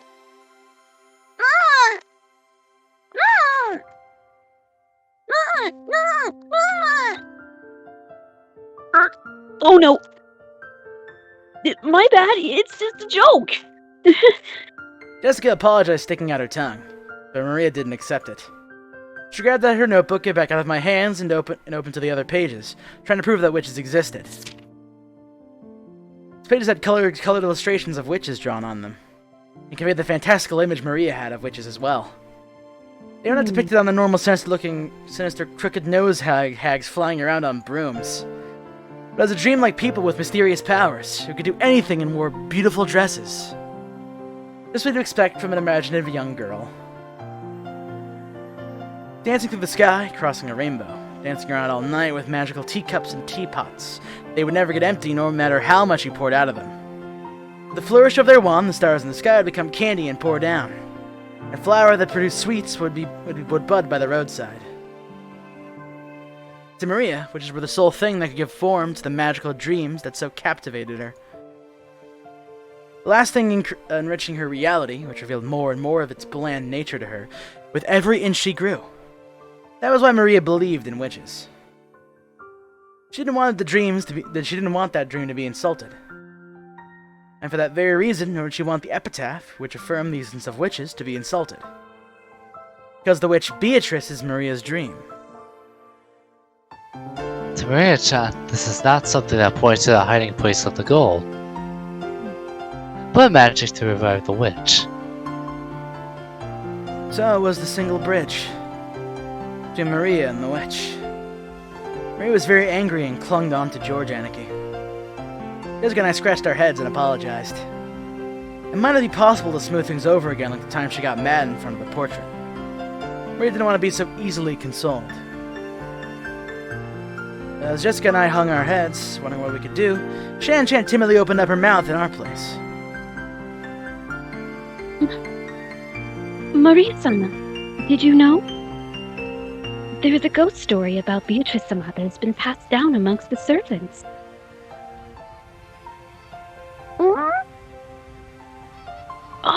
Yeah, that's right! Shannon, tell us about it. I don't really know, but it's apparently pretty famous amongst the servants. What's this? A ghost story? Yes. It seems to be a story from where we were born. I also heard of it from my mother. Yes. It has been passed down since the mansion was built on this island. The servants of that time whispered that the mansion had two masters, one of the day and one of the night. Tale that Shannon told. It's like a typical campfire ghost story. There's a forest with a witch living inside of it. Then inevitably the witch was going to pay the mansion a visit. At some point the ghost story naturally sprouted up between the servants. Doors and windows they were sure they'd shut or locked would be open when they came around to double check. Lights they definitely turned off would be on. And lights they definitely turned off would be on would be off. Things would disappear from where they had been placed. And things would appear when no one had any memory of putting them there. When any of these things happened, the old servants would say that the witch had visited the mansion, invisible, and had played pranks.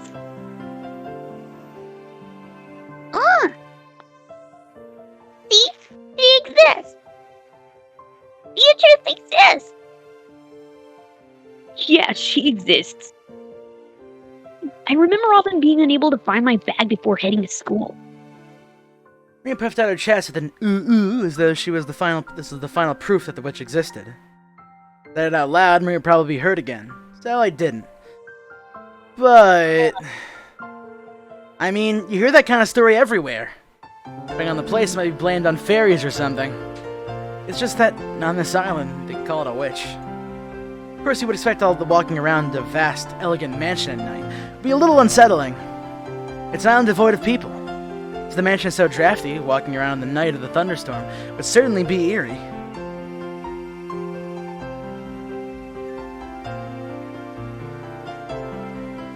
Sorry, I'm still writing stuff down. In addition, some servants have also seen will-o'-the-wisps and glittering butterflies dancing around. Kanan-kun also said he saw something like that when he went patrolling one night.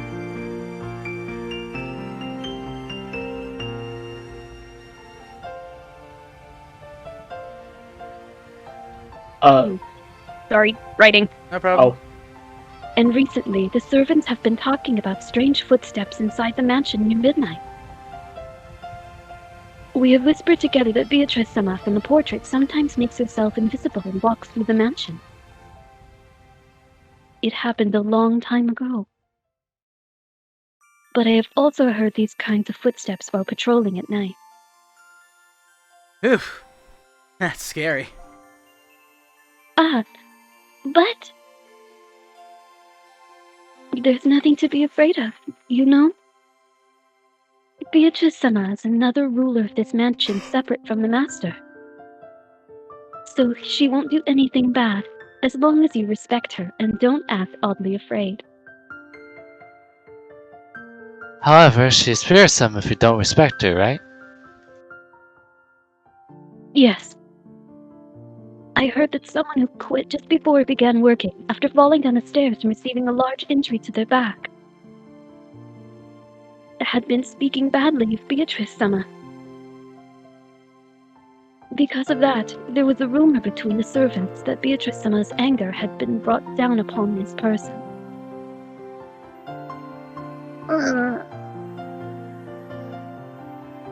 Anger will definitely be brought down on Dattler and Jessica. I'm sorry. I don't want her anger brought down upon me. I apologize, Maria. Of course, I also apologize to the witch. I'm sorry, Beatrice-sama. Please forgive an outsider's nonsense.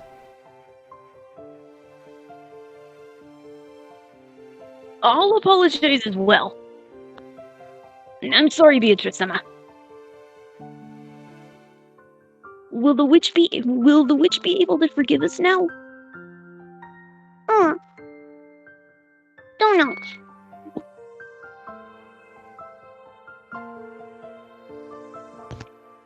Don't know. Witches are fickle, so they forgive when they forgive and don't when they don't.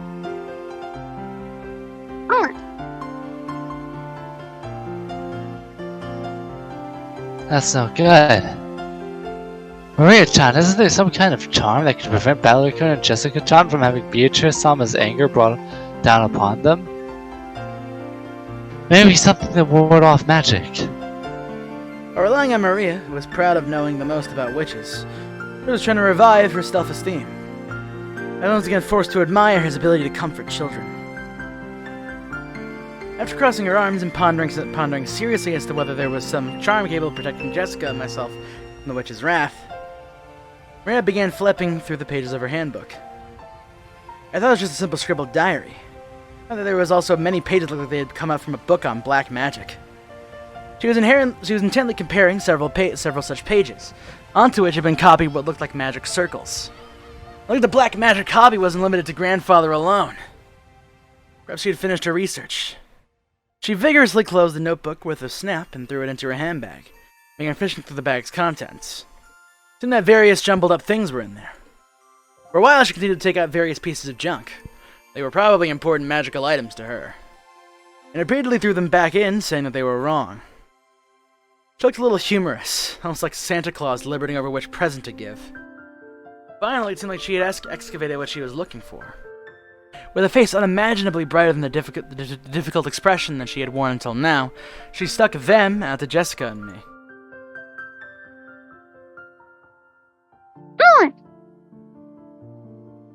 As I reached out to grab it, I noticed that there was a very cheap-looking charm. Like a bracelet made from a plastic rosary, with a scorpion motif medal attached. I mean, you could often find cheap accessories that correspond to the constellations. Like a gift you might win in a crane game in an arcade, or an item you might need in a Resident Evil game. It looked like something like that. There were two. Probably one for me and for Jessica. However, considering the odd fact that there were two of them, they looked like cheap manufactured goods. Quite hard to think of them as magical items. You're giving these to me and Battler? With these charms, even Beatrice is no problem. Because the Scorpion has the power to block magic. Huh? Really? Didn't think scorpions could do that.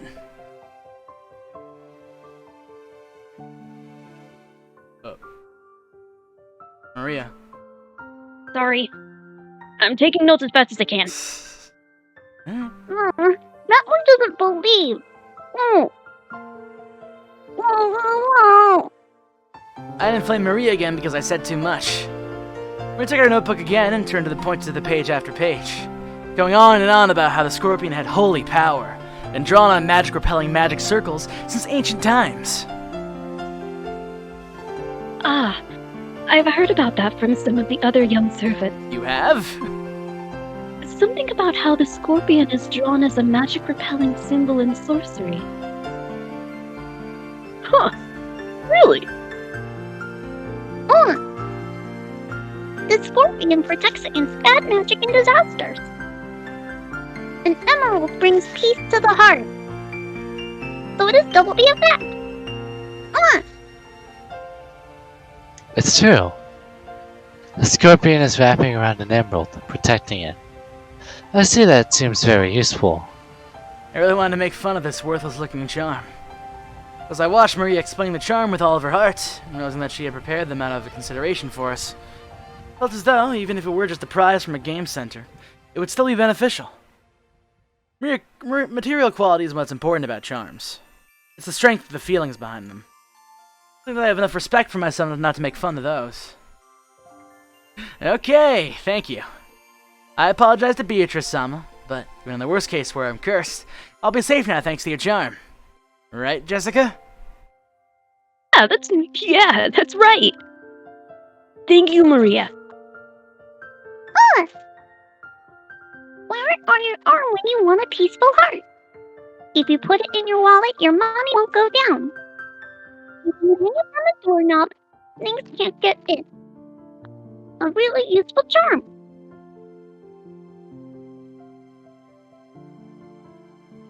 I can tell Kaneko's writing.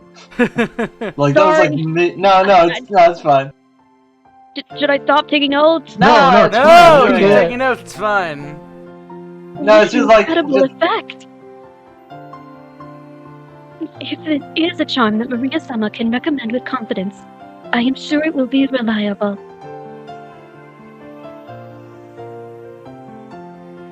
As Shan tapped her hands together lightly, Maria stuck out her chest. She was completely cheered up again. If it would keep her in this good of a mood, it'd probably be worth it to let Maria lead the discussion for a while longer. When you think about it, we hadn't shared in our excitement when we talked about the gold's hidden location, and so I think she got a little bored. Leaving the cookies Kumasawa-san had baked, Jessica and I asked Maria this and that about black magic. Maria happily chatted away in response to our questions. For each one, George Aniki and Shan would act surprised and agree with everything that she said. All the clouds in the sky grew progressively heavier. But the cousins really enjoyed communicating freely after 1 year of separation.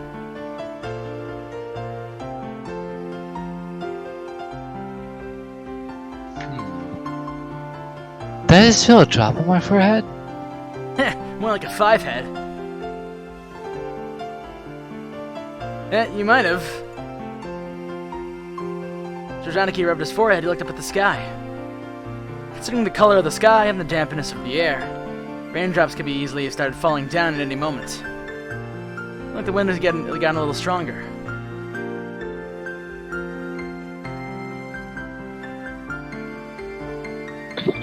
There goes. Huh? I didn't feel the drop. I'm the only one. Calm down, neither did I. Anyway, I'm sure that it'll rain so much tonight that everyone will get the same amount of raindrops. That's right. Maybe we should head back soon. Chan looked down at her watch. It's already well into the evening.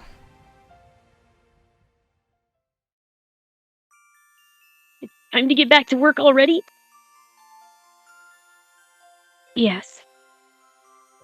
I enjoyed this time I spent together with you all. Thank you very much. Tokyo-sama-san, thanks for the cookies. Alright everyone, help out with the cleanup. Chan declined our help, saying this was a servant's job. Picking up a dropped fork before the waitress had to is like my purpose in life. Pulled the blankets, gathered up the trash, and helped clean everything up.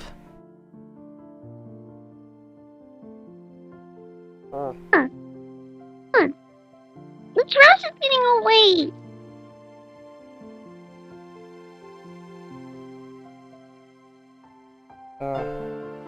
Sorry, still writing. Oh my god.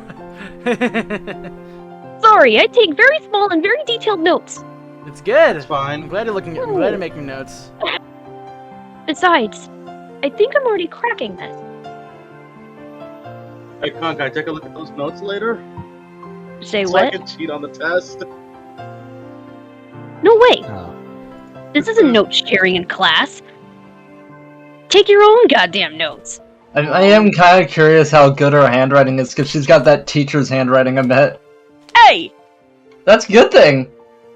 It's not like doctor handwriting. Yeah, I was You- about to say that. Like, if you're a teacher, you probably need good handwriting. You'd be surprised. You'd be surprised a lot You'd be of jobs don't surprised. have good handwriting. Oh. You'd be surprised. I had a teacher with stank-ass handwriting, on God. It's all in kanji. I bet you rocket Oh, scientists since know we have that, this, right? since we're taking this little break, I wanted to mention, after Maria mentioned, like, the castle thing, I kind of got distracted looking at trebuchet memes for a small chunk of that. God damn it. God damn it. Trebuchet? Trebuchets? Yeah, here's a trebuchet meme for you. Also, Maria was right the whole entire time. Theme parks are better than castles. Babe, come over. Can't, I'm a 90-kilogram stone, but I'm 300 meters away. Cue the image of trebuchet launching a stone at a castle. Oh, fuck you, AC, for what you're about to post. Spot Get Orange, put that on screen. Put that on screen. Here. That is strong. You're just putting the Discord in!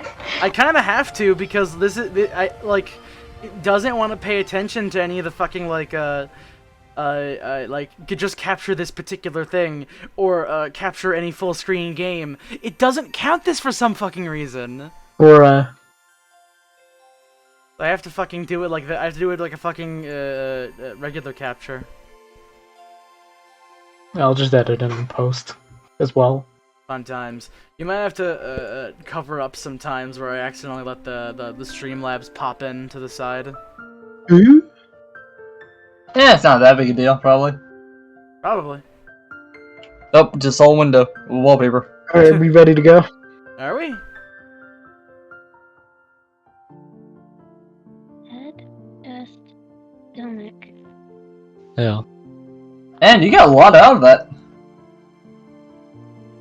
Me? Meanwhile, I'm like losing chunks of information just from my shit attention span. I'll shit on your attention span, God. Ew. Oh shit. That's icky. The trash is getting away. Ah! Oh no, it isn't. I'll grab it for you. Ah! I'm going to get it. Ah! Ah! Ah! Maria! Do get your shoes wet. You'll get in trouble. Maria, gazing after some trash that the strong winds have sent flying was just like an extension of our playtime. By the time we finished cleaning up, the wind started blowing very strongly. Like a good chance to head back. You all really helped me out. Thank you very much. It really looks like you're out of time. It's alright if you head back first. Umineko perceived from her hurried appearance that very little of her free time was left. Genji-san is very rigorous about time. If you aren't at the right place at the right time, he can be very strict. Well, we'll see you later. Do your best with your work.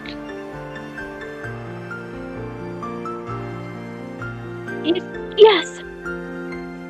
Then, if you will excuse me, After making a respectful bow, Shan-chan hurried off in the direction of the rose garden. Okay, let's head back to the guest house. Watch TV or something and relax a little. What's TV? What's TV? Then it's decided. Let's all head back and watch TV together. Even Maria, who was still not tired of playing, agreed when she thought about watching TV. Head up to the gentle stairs and return to the rose garden. The wind had become very strong, and roses shook throughout the garden like ripples on the water. Maybe our last chance to see these beautiful roses. Tonight's typhoon is sure to ruin them. Those roses might be done in by tonight's winds.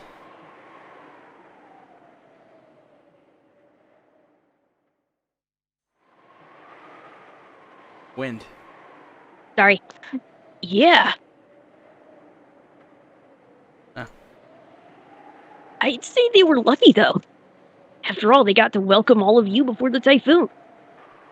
A flower will always lose its petals at some point. However, because of that, we can admire them even more when they are in bloom. That's right. Maria, burn this image into your eyes. At this moment, they're the best roses of the year.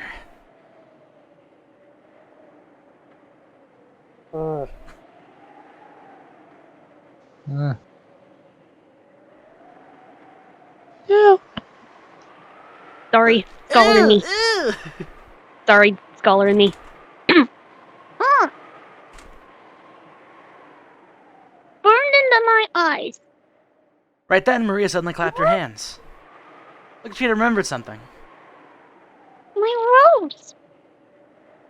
The typhoon will send it flying. Oh, you mean that unhealthy rose Georgianiki marked with a ribbon? Maria remembered where the rose was. She ran at full speed. The rest of us followed her.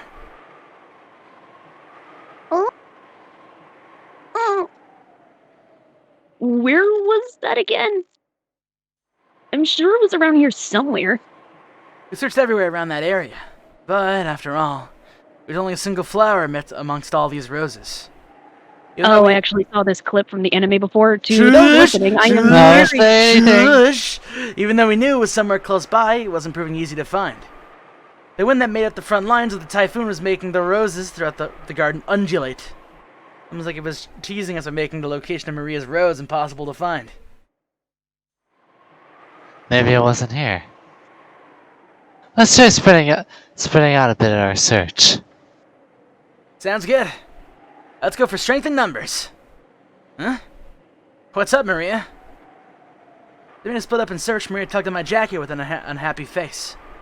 I felt like her intention was to stop us from going to another place. What is it? What happened? My rose is here. It's here. But it's actually not, is it? Maybe it was on the other side of the flower bed. If we all look, we'll find it fast, right? It's here. My rose is here. Look for it. Look for it. Maria stomped her feet in irritation. She was pointing at the spot, saying it was definitely there. Yet it actually wasn't. And yet, if we went to go search somewhere else, she got mad. We're all at a loss for what to do. For a while, we would have to stay with Maria. Then to search through the rose thicket. Is this the part where everybody refers Wait, is this a joke thing? Let it happen! Let it happen. Don't spoil the others. I'm not spoiling anything. I'm just saying this is a kid about to throw a really bad temper tantrum. Sure. Oh. Okay. Yeah, I was like, yeah, I figured that it wasn't gonna be a spoiler. Oh. Just Well, of course saying, not. Just let it happen. They're very paranoid. Man, you guys are up in arms about this. Mhm. Huh. Not here. Not here. Not here. Maybe she was saying that it shouldn't be here, but isn't. Maria became increasingly ill-tempered. Oh man. Maria's really losing her temper. Called it. Maria sometimes starts to really care about really pointless things. Don't say that out loud! If she gets what she wants, that's alright. But that is the definition of a spoiled brat. You can't find something that isn't there. That's not good. Just as we were starting to despair for a way out of the situation, Maria shouted out loudly.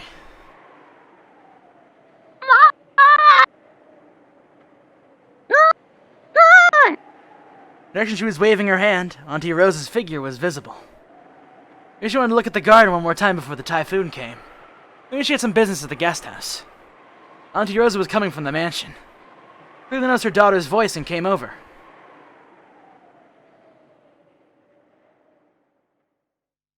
Sorry, I was writing something.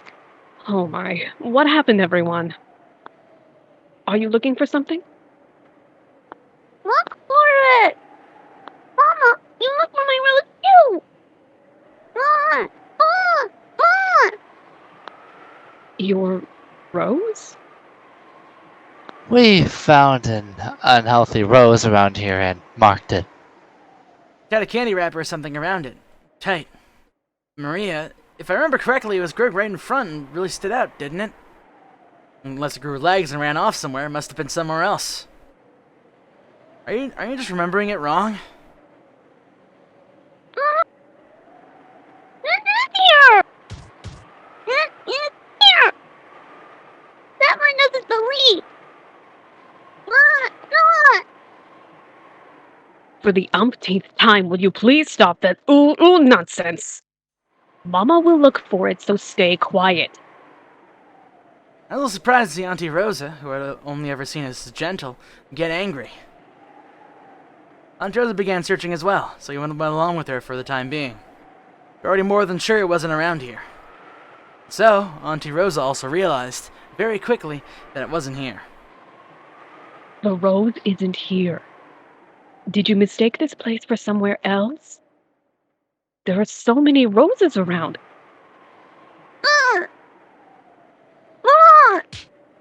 That's wrong. It is here.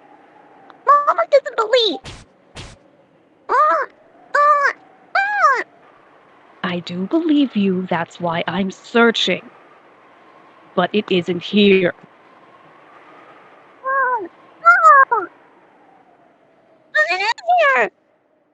It is here, but it isn't. Someone must have ripped it out. Just stop whining like that. Oh, no, my rose. No. Give it back. Give it back.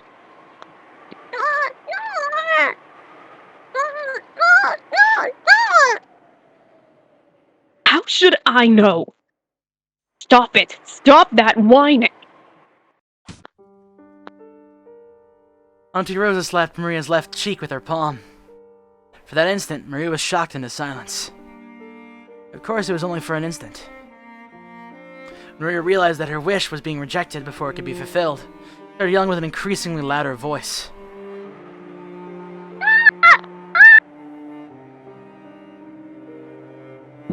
Dang it, my mic isn't picking me up here.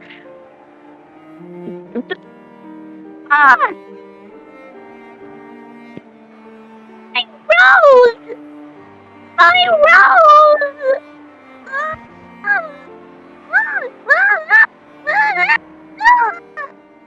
Didn't I tell you to stop that weird habit?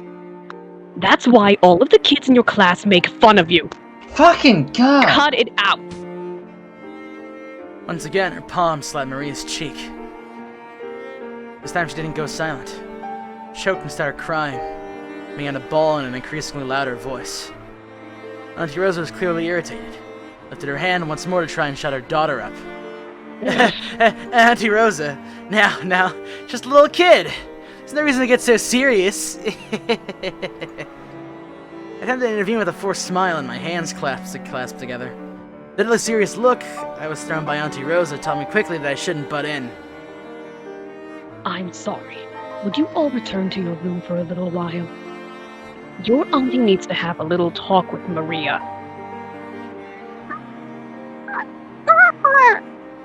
Nobody believes in my Rose! Even though I was here! Look for it! Look for it! Here! It was here!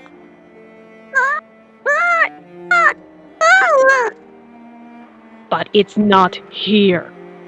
Then you must be confusing it with somewhere else, mustn't you? It is here! It is definitely here! Then it has disappeared. Give it up. Why? Why did my Rose disappear? Why?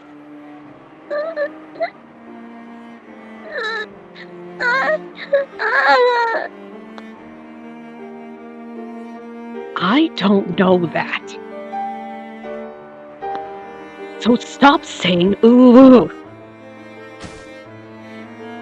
Auntie Rosa once again raised her hand and, overrun by emotions, slapped Maria's cheek. So strong that it knocked Maria over. Hey, Auntie Rosa. Even if she is your daughter, you shouldn't be violent like that. I stepped between them to protect Maria, who was still on the ground, crying ooh. Well, the problem between parent and child are none of my business as an outsider. But I wasn't brought up by just suddenly observing something like this. Don't you think it's weird, Battler-kun? Do you have any girls at your school that mutter ooh? Well, I am in high school. And for an elementary schooler, I think saying ooh is pretty cute. Cute? Saying ooh is cute? Cute?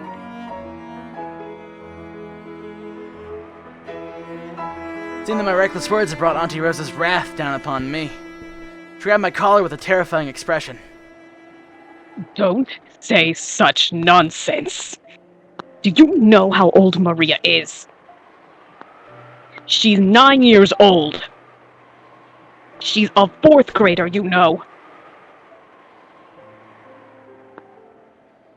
She's not a kindergartner. And even so, she still says ooh during class. Do you understand? This kid, do you know what they say about her when they bully her? Thanks to this weird habit, she still hasn't made even a single friend. Don't turn your eyes from reality and recklessly call Maria cute. Think much, much more seriously about this kid's future.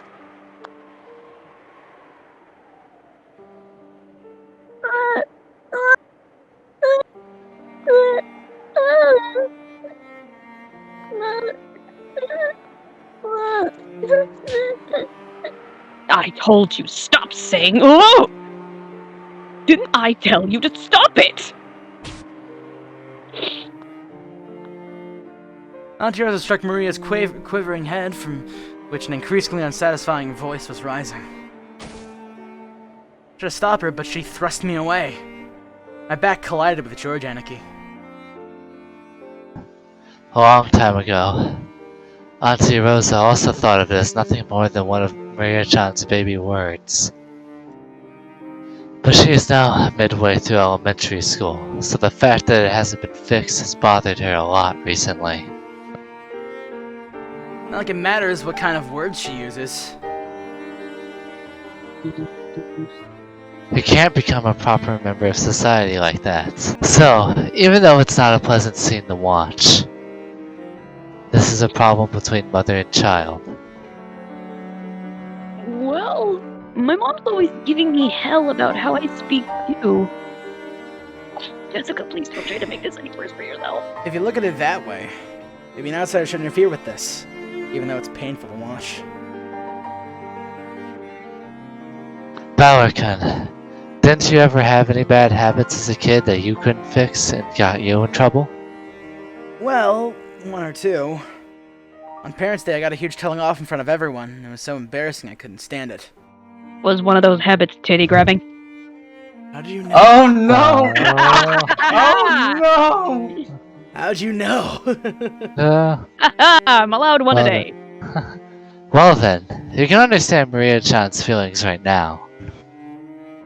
I'm sure she doesn't want us to be here right now. Do you understand as well, Jessica-chan?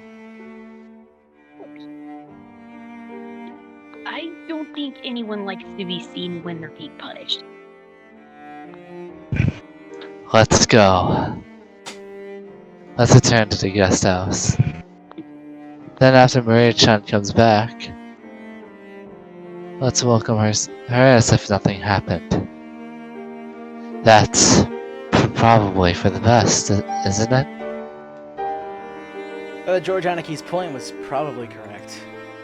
And if we could use that correct sounding reason to justify a retreat from that painful scene, that's probably enough for us. Just gonna nod at George Anaki, and we all left. We called towards Maria that we were going to head to the guest house. It seemed to reach her ears. We felt guilty and shameless at even saying that. In that case, look by yourself as much as you want. Mama doesn't care. Look for it. I'll look for it by myself. Look for it even if Mama doesn't care.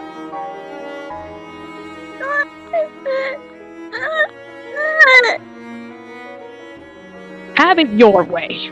Burger King. God damn it, Orange. The fucking girl What is happened in crying. a emotional moment, and this movie is fucking crying, and then you go Burger King flip. Aaron, what the hell, Ron Nerf with everyone here? I'll never not forget that Orange, one. what the hell? I'll never forget the one time I remember seeing this one meme, and it was someone doing a Vegeta voice and going, "Have it your way, Burger King," and that stuck in my mind forever. Now really the best time to make a joke like that. I'm sorry. You fucking ruined a very touching moment. She returned to the mansion. We probably viewed that as a cold, hurtful gesture. But from Rose's perspective, that was not her intention. Because the hand which she had so emotionally struck Maria's cheek with was still numb. It was because, if she stayed there screaming, she might again be taken over by her emotions, and slapping her daughter's cheek over and over. Rosa left. Only Maria was left in the rose garden, alone. Until it began to blow stronger and stronger. Every once in a while, a raindrop would fall on her forehead. However, Maria couldn't leave that place. Not until she found that poor, withering rose. It had definitely been there. And yet, it wasn't there. Even though she knew the place, and even though this was it wasn't there. Maria, while bitterly staring at the place it was supposed to be, thought frantically. Maybe the angle I'm looking from is wrong. Maybe the height I'm looking from is wrong. While gazing at a single point, Maria repeatedly changed her position and continued to stare. It was getting increasingly stronger. She kept looking for that rose in front of the flower bed.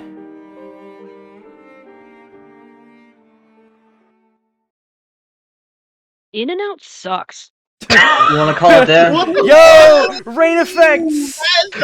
And do you want to end it here? Hold up. There's a Kinzo moment that Yeah. I'd love to do right now. Do you want to not save it for the What? next part? In-N-Out does Wait, you would really end this shit on Burger King? Every West Coast You We're would not not. ending this on Burger King. Alright, I guess we're We're not ending this on Burger King. Trust, In-N-Out. hey, listen. Number one, we have not gotten to glass breaking or the fucking vines and shit. So I would like to go until at least that, and I'm pretty sure we're like just at the fucking end of the thing. Yeah, so hold on a bit Anyways, longer. Kinzo knows Alright, the sound of the hold up. raindrops beating on the window. By the way, these raindrop effects are not in any of the other versions of Umineko. It's specifically this one, and that's why we got it. It's still a very nice effect, and that is very incredible, honestly. It finally started to rain. Began Hashtag later than, In-N-Out sucks. than the weather reporter predicted. Don't. Kinzo, as if being stunned by the sound of the rain, approached the Like window. me. The sound of the rain is a sound of silence. That The sound of feels- Shelly's hot mic. Jelly, you're miking. Hey, hot mic! Sound feels Uh-huh, quieter you're than any mic. silence. If he keeps Don't doing waste it, no silence. there we go. Thank you. Make Sorry. humans remember that, in the end, they are alone from when they are born to when they die. You're late, Beatrice. Were those words directed at the rainy sky? No one can be seen in the direction of Kinzo's gaze. Witch in gold, Symbolo. So, shall we begin our banquet of miracles? In this very moment, this island has been cut off from the world. Now there are none who can interrupt my ritual. There are many fitting sacrifices for you. 4 of my children, 3 of their companions, 4 of my grandchildren, me and my guests and my servants. You may eat up as many as you please. The key of fate will select the sacrifices in accordance with the demon's roulette. If the roulette chooses me, even I will become your sacrifice. However, because of that, because I will bet on that madness, I will definitely create a grand miracle. Come! Devour as much as you wish! If I will overcome that roulette, yes, I'll put everything on the line! As I will return the headship of the Ashurmia family. Take it! As Kenzo finally opened the window, he ripped the golden ring from his finger and forcefully threw it away. At that moment, thunder resounded, giving the illusion that the lightning had accepted the ring. And when you are resurrected, it will be me who stands there. I will live until the end and watch over you as you awaken. Now come, Beatrice. Welcome to my banquet! In exchange for all that I have created, show me a miracle. One final time. Oh! Beatrice!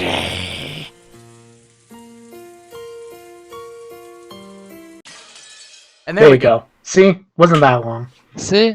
Yeah. Alright, cool. Alright, I gotta pee. Go take your piss. Time for the golden piss. A golden shower? No! No! So we're stopping there then? Yeah, we're stopping here. Okay. Do we want to, Khan, do you have any questions you want to field with the quote-unquote inner circle? Oh, also, Con, if you missed anything, we have tips that can easily just show you shit. No, Yeah, like- no tips. No, it's not those kind of tips. Like here's this is just the epitaph. Yeah, the epitaph. Mind if I read? Christ. Mind if I try and read through this on my own? Sure. I mean, like you have the Then thing, we pin it. you have the thing pinned in Live General. You can just read In it. Live General, you can read the I whole mean thing. out loud. Oh, okay. Sure. What? Sure, Alright. go ahead. Behold the sweet fish river, running through my beloved home of old. You who seek the golden land, follow its path downstream in search of the key. As you travel down it, you will see a village. In that village, look for the shore the 2 speak of. There the key to the golden land sleeps. You who laid hand upon the key must journey as follows to the golden land. On the first twilight, sacrifice the 6 chosen by the key. On the second twilight, those who remain shall tear apart the 2 who are close. On the third twilight, those who remain shall praise my noble name.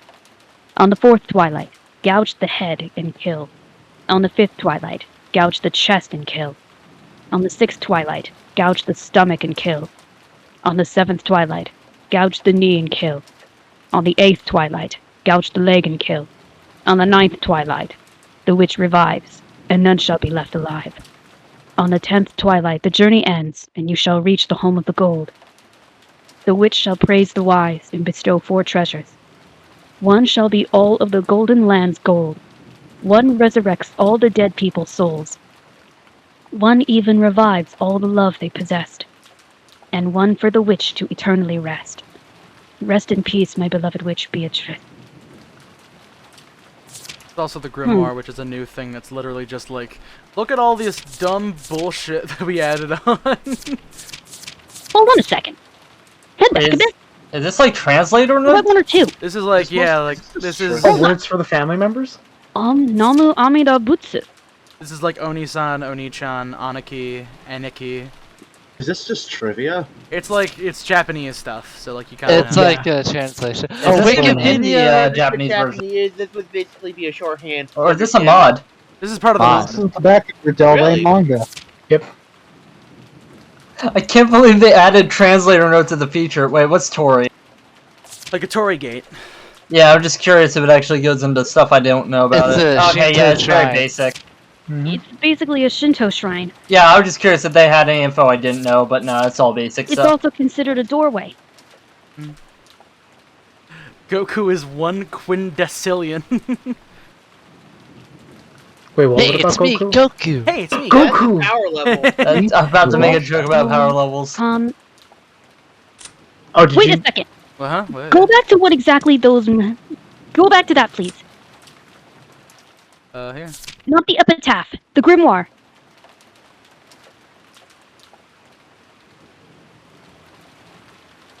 It's just like, Scroll up a bit. these are just big numbers. Ichiman Okuto. Go down. Please.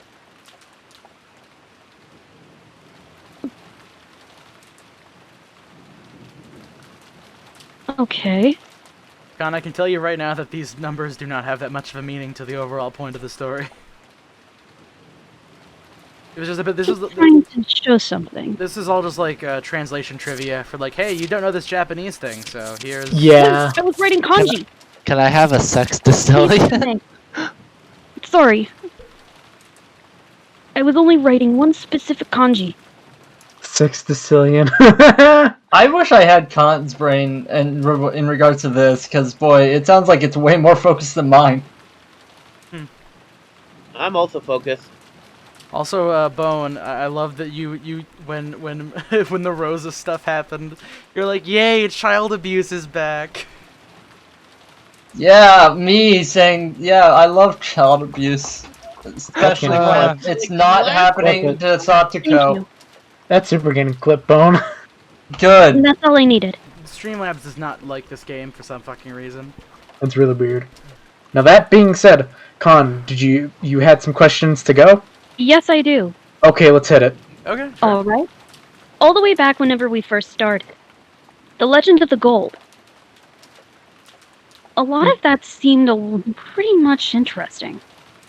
And of course it makes sense that there would be a crazy treasure hunt with an eccentric millionaire trying to go ahead and have his kids fighting over this. Yeah, that's a little cliche. The movie Yeah. Rat Race is basically Umineko. Racist basis. What the fuck? I don't know. Don't stop, don't stop, Okay. we're racist now. No, but I've also noticed Maria has she's only 9 years old, but she's already placed a lot of faith and time into researching all of these points about magic. Mm-hmm. Plus, I know. I went through that phase, but I was in middle school whenever that happened. Don't judge me. And I do remember something.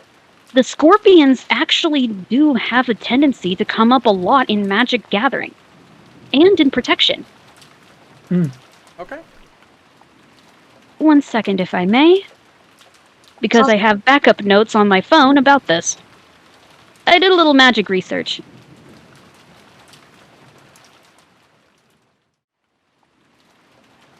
Well, in the meantime, Robu... That is fairy tale. Hold on a second. Fuck. Robu, what do you mean Maria sounds mad sus?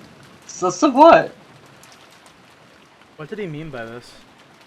I don't know. Maybe he just wanted to say sus. It's a miss.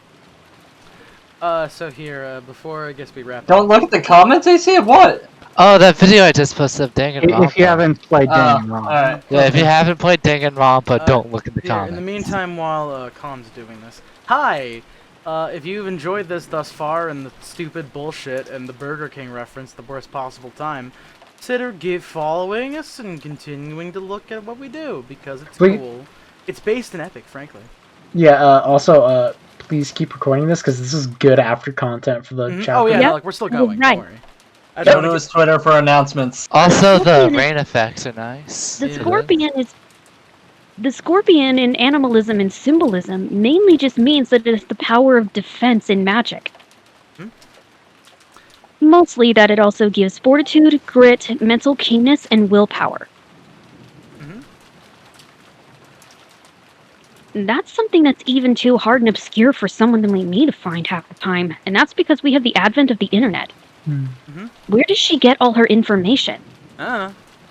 If I had to take a guess, it could just be that she asked her mom for books about it. I don't know. I feel like... And also like, researching family legends. Japan. And her mom is not too keen about her having these sorts of hobbies or habits. She'd probably push her away from doing that. So the only other place they can think of would be the grimoires. But how would a 9-year-old have access to those if she was too afraid to go ahead and ask her grandpa for it? I'm willing to believe that's like the mom was like fine with her like looking up this stuff because she mainly seems to be upset about the childish stuff. Like this seems like actual education stuff. Would her being into magic and continuously wanting to be a witch also be considered childish? Maybe she looked it up young before the mom started getting annoyed by this stuff. Well, I mean, like, so far, the only thing we've seen is Rosa getting pissed off at Maria going, ew, ew. And also throwing a tantrum. I mean, like... Oh, actually, no, it seemed mainly in itself a different thing I had questions on. Yeah. But Maria's magic knowledge is a bit suspicious to me. And I'm not using the acronym for that because fuck Among Us. Oh, I like playing that game. Okay, more power to you if you play it, just I don't like playing it as much now. Let's see. Got undertailed. Gonna disregard that. Then back to the conversation between the older kids. And I use the kids loosely because they're still acting like children even though they're all adults. The original kids, Kraus, Ava, Rosa. Oh, okay, so the parents. The parents. And how they need a lot of money right now. Which would make sense and sets up their alibis a little too cleanly. Of course, this being the 1980s, I'm not shocked about them having some money trouble. Wait, mostly, Kraus would be caught embezzling. Is he even embezzling? I actually It's don't only know. implied, but it is strongly implied. Like, I actually probably wasn't focused enough to actually get enough to know if it was for a certain thing, like a sure thing. Well, he is getting all this money from nowhere, and money just doesn't fall out of trees. So he's either diverting assets, continuously trying to go ahead and play up things that he doesn't have, or he really did find the gold. And that last option is highly incredulous. Yep. Alright, so... And the other children are suffering from their own financial problems. Hideyoshi's, it makes sense. It's the 80s. Stock market stuff went big in the 80s. It's gone way too big. Well, that, and it was also just, he was playing with ideas that he didn't know how to control. So of course he's going to need money to get his company back. Which means takeover. Thank you. Yep. The stock bubble. And that means Ava would probably do anything to keep her own lifestyle on tack. Well, what do you mean her lifestyle? You saw the way she dresses and acts. Lavish. Lavishly. Okay, fair enough. Fan after Like, all. she doesn't want to have to didn't- live like a normal. I didn't really get that much of an impression of her from that. Yeah, I guess personally. yeah. No, she Accompanied doesn't by a want to hot be dog indebted. At least at this time. She also I'll doesn't say. want to be indebted to anybody. She's strong and independent, but she still does enjoy living a lavish life. But So it makes sense that she'd want a bigger share and that money up front, not only for the relief of her husband, but for own home relief as well. Hideyoshi's pretty much the most innocent person I can imagine in this mess. he's a good boy. Hideyoshi is the goofball. best boy. He's just a goofball who got wrapped up into What do the you mean, stock market. unfortunately? Wait, Crimson, maybe don't say what you mean. I don't know what a spoiler is and what isn't, because I know he... No. He's asking what does he mean, unfortunately. Isn't it fortunate that Hideyoshi's the good boy? Wait, episode 1. He's read this. It is fortunate. However, that also makes him a bit of a scapegoat in all this. Do you think Ava would actually scapegoat Hideyoshi? Oh, she probably may. Unfortunately. Here's a Ava question. strikes me. Here's a question we have for you guys. What do you think happened to the rose? Oh, I That think they I were actually tripped up. have notes on. Remember back in the other chapter, beforehand, when Genji said that the pudding was made with fresh rose petals from the garden? Mm-hmm. He used the rose and he probably saw the rose with the mark and used that for the pudding. The rose never stood Whoa. a chance. That would actually make sense. Exactly. It would be cut clean from the stem. And the marker would be thrown in the trash. Oh. Whoops. Huh. Well, a cook doesn't really care where a cook does care the sources, but even if it is clearly marked for something, they're still going to do it. And as anybody knows, if it's shiny, you go towards it. If the rose you want for your pudding is marked with a ribbon, then maybe use that one. Hold on a second. Hold on. Also, that rose was kind of Crimson, dying, so it was perfect to be harvested. Yep. Yeah. Hold on. If it was dying, why would they want to use a dying rose instead of a healthy rose? That might be the reason why, to use it up since it was Just going. use it up. It probably still had some good life in it, so they probably And it just would picked it. prune the garden at the same time. Yeah, cleaning. Unless it wasn't Genji who snipped it, in which case it could have just been another one of the servants. It was Cannon's fault. Come on, let's not blame Cannon for anything. He hasn't been here. I kid. He's been Kinzo's footstool. True. I mean, I am furniture. Do you think the gold is real? I think it is. Yeah. I don't think it is either. I do think it is. I think the real gold is the friends we made along the way. There is nobody no, that's gonna be there. a friend in this, I bet. Except for, like, the younger people, maybe. Anyways, Khan, as you were going on? Yeah. Rudolph's motive is also a little saucy, if I might go ahead and say it. Yes? You enable him. Well, it's an American company saying that his company violated basic human rights. No, But it's for a not. second- No, that's not what it was. It was licensing rights. He probably screwed up copyright or some type of intellectual property. For a second there, I honestly thought he had to go ahead and pay a different kind of settlement to some woman he knocked up. Did they actually say what he did? I thought it just said he did things that were wrong, like something about rights. Intellectual property rights. I did very bad things that are wrong. In fact, I love it because it is so bad. Meh. Long live capitalism. You can actually It violate also sounds like copyrights they needed and an actually get excuse sued for really Rosa. hard. Co-signing on a bad bank deal? That is something a single mother would have major problems with. Probably because of a divorce thing or a settlement. Like, Or it was a co-sign for a massive loan or a mortgage that she couldn't afford to pay back. Either way, they all want money now. Yes. We need cash now. We need JG Wetworth. Okay, Khan? Afterwards, we went back to Kinzo. Was Canon listening for Kinzo this whole time behind the door? Were the I doors mean- open to that room the entire time? How could he have heard everything? This is sort of a thing that's brought up minorly, and what is it?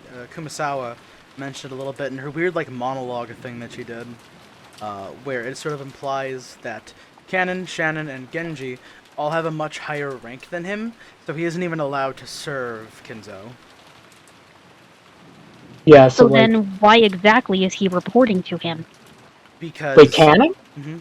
I mean, like, it's his job. He's a servant. Yeah, because he has a higher authority and he's also a servant. You can Wait. tell you can tell who are like the high priority ones, aka the ones who get to actually see Kinzo most of the time, because they have the one-winged eagle on their clothing. So that's Genji, Canon, and Shannon. Well, Shannon has the tattoo. Yeah, you probably haven't been able to see it, but Shannon does have a one-winged eagle thing. It's on her leg. I can get the picture. The Her leg. Out of curiosity, like, what information are you guys okay with sharing and not okay with sharing? We're only sharing stuff that you would know, but you would know in the story by now. So, yeah, as you can see, not so much in the Steam sprite, but in the OG and other sprite, especially OG, they kind of highlight it more with her leg sticking out a bit. You want to show it on the stream so people don't look it up? Sure. That actually fuels something else that I thought about before. Yeah. Roll with me here. Kinzo was also talking about how the miracle would be revealed, and that made me think back to Rika. It's a stretch. It's a stretch! But I'm thinking that maybe this talk of magic in the grimoire somehow involves Rika and the shards from Higurashi. I don't know how, but I think it could involve them.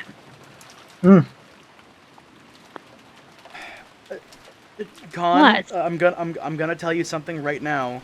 These stories are very largely disconnected. This isn't just gonna suddenly jump into Higurashiville, trust me. Yeah, it's at best. Let me rephrase that then. I'm thinking that some of the point of magic, or at least the main principles of magic that applied in Higurashi, also apply here. Betting on madness, betting on the odds. Sorry, go on. I didn't. I apologize for interrupting. It's alright. It seems the principles of magic in Higurashi were more or less just enacting the odds and going with luck. Here, it's the same principle, but he's applying more alchemic use for it. So, are you saying that we might see some, at least not like connections to Higurashi's like stuff that happened, but like some maybe of the core ideas, basically. Yeah, like some of the core ideas and maybe some actual application of magic. Okay. This rain is nice. And I think it has to do with Frederica Berncastle. It is nice. Then there's the situation of the epitaph, which I wrote the entire thing down. And now that you told me that Shannon has that mark on her leg, I think I have a good idea of what this is. It's not a riddle. It's a ritual. And it's going to determine the entire night, or at least the entire week, on this island. Alright. Roll with me. It originally says in the first part of the epitaph, the one who obtains the key is the one who is only allowed to travel to the Golden Land. This also is asking if you can ignore the first part of the epitaph. That part, I don't know how to decipher. The second half, the first twilight, all for 6 chosen by the key. That means whoever holds the key in this situation right now will sacrifice 6 random people. That could be 6 random people on this island being killed to summon Beatrice. So, if I may, if I understand this right, you believe that someone has to find a key and then they will start performing the ritual? Not a physical key. Alright. Even if it could just be a belief or something. Alright. So, you believe only, like, what, 6 people will die? No. Okay. According to the second twilight, those who remain tear apart the 2 close. I don't think it refers to a romantic relationship. The 2 close I can imagine would have to be people related by blood, And so far, the siblings and their grandkids are about as far apart as you can imagine. The only two I can think of that would be close would be Shannon and Cannon. Tear them apart, maybe. Maybe. Third night, those who will remain will... Oh god, I can't read my handwriting right now. Will praise my noble name. Then the 4th through 8th nights, those nights, head, chest, stomach, knee, leg. Mm-hmm. We've actually seen 2 tattoos of where each of those is placed. Shannon's is on her leg. Ava's is on her arm. It's the family crest. Mhm. I'm thinking that's maybe where they'll end up getting stabbed, or that they may end up getting hurt in those areas, Mm. acting as a ritual sacrifice for each body part to help summon Beatrice. Alright. Then, of course, she comes back on the 9th night. No one left alive. But this flies in the faith of Kinzo, which means the epitaph is speaking from either his point of view or from Beatrice's point of view. Hmm.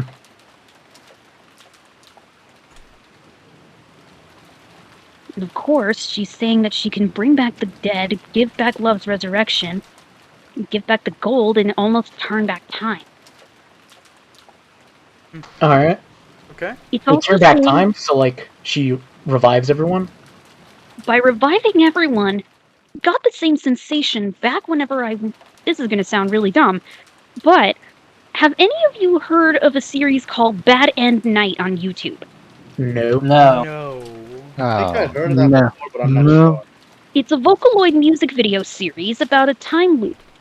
Or at least about a girl who ends up in the forest and then in a mansion in the middle of the forest. Each of the mansion dwellers officially go ahead and bring her in, and they welcome her with a giant party. However, the clock starts to go ahead and tick a different way. It stops at midnight, and they all start to panic. The girl gets the idea from a book that's been in another room that the entire situation is actually plotted, and for her to get out of it, she has to kill somebody. She goes and kills everybody, but as the song finishes, a curtain lifts and it begins again.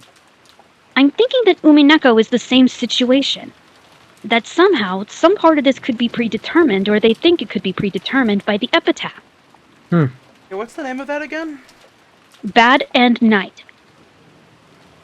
Alright. I can link it if you guys want, I can Sure, try. go ahead. because it's actually full of pretty rockin' jam. And each chapter in the series actually does go a bit deeper into each of the characters and into what could possibly be called the play of the original story. Oh, it's like an entire series. Holy shit.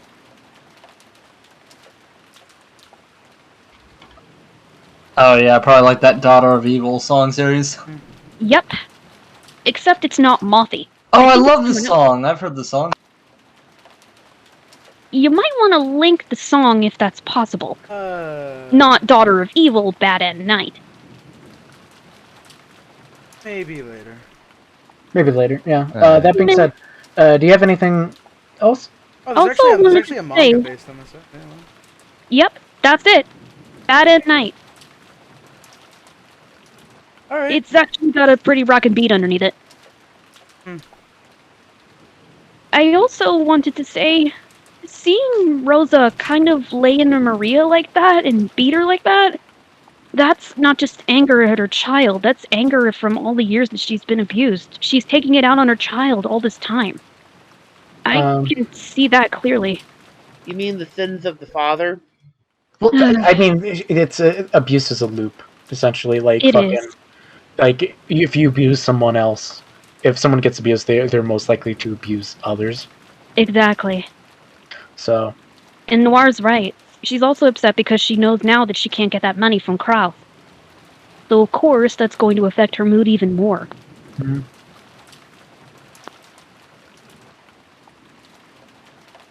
I think the only other thing I have to say is that it's interesting that Kinzo called it a banquet. Hmm. It implies that Beatrice will actually be dining with them. But for that to go ahead and make any sense, I need the rest of my theories to go ahead and make a little sense that way. I doubt I'm right, but these are just what I can think of. Trust So, me, it's a very I will. you're listening to your process is very interesting, Con. That's all I will say though. I will throw this out here. Hey, even if, like, let's say, you throw out a theory, because this is directed to everyone. Even if you throw out a theory, and I want to note, a well thought out theory, not haha sus whatever. A well thought out theory that even if it turns out No. wrong or right, I tend to think deep on appreciate every single thought I have before I do something else. we appreciate, because it's like, as I can probably speak for AC, Orange, and probably Noir. It is very fascinating to see what people think as they go through, and because, like, again, like, Con, I had different predictions at this time compared to you, and it's really fascinating to see, like, people who are picking up like things that I didn't notice. Yeah. Like, keep in mind, half of this is, one, exposing it to new people, and two, for the people who know what's up and they decided to show up and see, like, what's going on, they get to see people's, like, interesting thought processes. So it's not like, this isn't just like the Con question hour. Like, if you guys have thoughts and ideas about what's happening right now, you're free to share. You're free to share. Although I will ask, please be a little serious about it, because, like, if I'm being honest, I don't want to bat away a like a 2-second thought meme. That was the other thing. The Torii. It was destroyed, wasn't it? Torii? What? The Torii. The gate. Oh, the Torii. The shrine. Torii gate. Okay. What about it? It's already been destroyed. So, of course, whoever destroyed it must have known ahead of time about the epitaph. Kinzo could have destroyed it, or it could have been one of the servants. It could have been environmental, but something about it is nagging at me. If I may probe a bit, what would you think? Do you have any ideas of, like, why maybe a person would want to break it? To either unleash something, or to go ahead and barge it in. And so far, it doesn't seem like Beatrice would be the only force on this island. So you're saying that there's possibly more forces besides Beatrice at work? Possibly. Would you say, I guess I'm probing, would you consider them, like, maybe connected in some way, or, like, are they acting on their own volition? I don't know. There's too many variables right now to go ahead and place it. So, any other questions? Not just Con, but like anybody else if you want to go. Anyone else? I don't really know. Con pretty much said everything I've been thinking. Same thing here. I also find it interesting they keep mentioning the locking mechanism for Crimson, you already read it. You already read chapter 1, or episode 1. Didn't you? Also, just so you know, guys, the reason why I thought Maria was suspicious, because there's no way that a 9-year-old could know that much. I mean, I don't know. You're underselling a 9-year-old's fucking ability to remember shit. Because it's like, this is very like single-minded shit. 9-year-old. Like, she's doing this because she likes it. Like, I bet you there's a 9-year-old who could tell you the entirety of Bionicle's lore. Although it is interesting that her mom told her to write everything down. Back into that other theory about, well, just everything else said about her having autism. Of course, in the 80s, nobody would actually want to go ahead and investigate any of that deeply further. That stuff didn't come around until about the early 2000s. So you think Maria may have, like, autism? Some form of it, yes. Enough to where that her mother would probably tell her to write down her thoughts and help her get her things together. That's probably super true. Yeah. Once again, Orange, this rain is super nice. Let's keep it on. So, like, the right to general, my only thing is, like, that sounds very caring for a daughter, for, like, a mother who just slapped her daughter multiple times. Yeah, like, I don't... Time whenever it seems in this situation, an abuser won't exactly reveal their abusive tendency. They do mean well. They never go ahead and start out as abusive. Rosa could still love Maria. but that's not going to stop her from taking her anger out on her. Well, I mean, like, I guess to say, like, even if, like, Rosa does love Maria, that's still, like, very destructive on Maria. That is fair, yeah. Yeah, So something. I mean, So you know what? Something I'm gonna say right now, and it's not a spoiler at all. Something I've always held firm on, and something I like to say out of context because I think it's funny, especially considering what we just saw. But Rosa is one of my like top 5 favorite characters in Umineko. Not because I can understand why. not because she is a good person, quote unquote, but because she's a very like dynamic and interesting character, and you're gonna see that kind of like get more explored as this goes on. She feels more realistic. Yeah, well, I will say this because it's not much of a spoiler. A lot of these characters, they have more depth than fucking Tepe from fucking Higurashi. Yeah. Like, these characters I are can see that multi-layered. immediately. Like, we don't get a generic child beater underscore 01. Oh, that was what I wanted to say before, Josh. Hmm? Sorry, the Joshy. It's fine. Mea culpa, mea It's all culpa, the same. mea Just culpa. call him Joshua. Thanks, Az. At least he doesn't have a name like Jericho. Oh yeah, also keep in I mind, knew this a is dude fucking named Jericho Japan in high the school and he 80s. wanted to be called Link. Not the point. Anyway, at the beginning of the epitaph, it said that 2 would guide the way. Maybe those 2 are the same forces that are also affecting the island at the same time Beatrice is. So you think, like, there's like 2 forces on this island kind of affecting how shit Maybe. goes. And, like, It could Beatrice just be is like referring this- to 2 separate people. Hmm. But it would make sense if 2 people if you asked for someone for directions, someone would always point the way. So, So of course, if it's 2 people, then wouldn't you have the same amount of reliance on those 2 as you would as one person? maybe. I guess one question, if I may ask, I'm guessing, Khan, you're in the firm camp that, like, you believe that magical forces are in works here. Yes, Alright.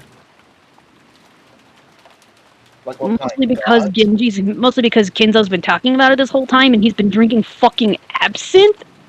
Dude must legitimately believe he wants to be it's some sort of fucking alchemist or something. Hey, he's built Absinthe different. is banned in multiple countries for a fucking reason, man. You know how toxic that shit is? And in the Listen, United my States, they man's just built legalized different. it. Damn. But Alright. true absinthe is still illegal in this country. Oh, alright. It's illegal in a lot of Wait, countries, wait, man. Orange, save! I already did, like 4 Oh, times. You said like 4 times? That being said, as you were saying, Khan? Absinthe is also considered a mystical drink. Hmm. So of course, if anybody can try to go ahead and drink it, then of course they probably may have mystic powers. Hmm. Dude's probably just thinking, oh, if I drink this, I may actually go ahead and have a better chance of becoming an alchemist or something. Or becoming a wizard and meeting Beatrice, or whatever the fuck you may have it. I'll be honest, I didn't actually pick up Trying to on that live to the detail. barn with. I read. Or is Are we that still live, Orange? devil? Yes, we're live because Still we're alive. keeping this in the fucking recording because it's really fascinating. Because I'll be honest, Umineko, it's a murder mystery, and we like hearing people's thoughts about a mystery. Anybody else have any thoughts?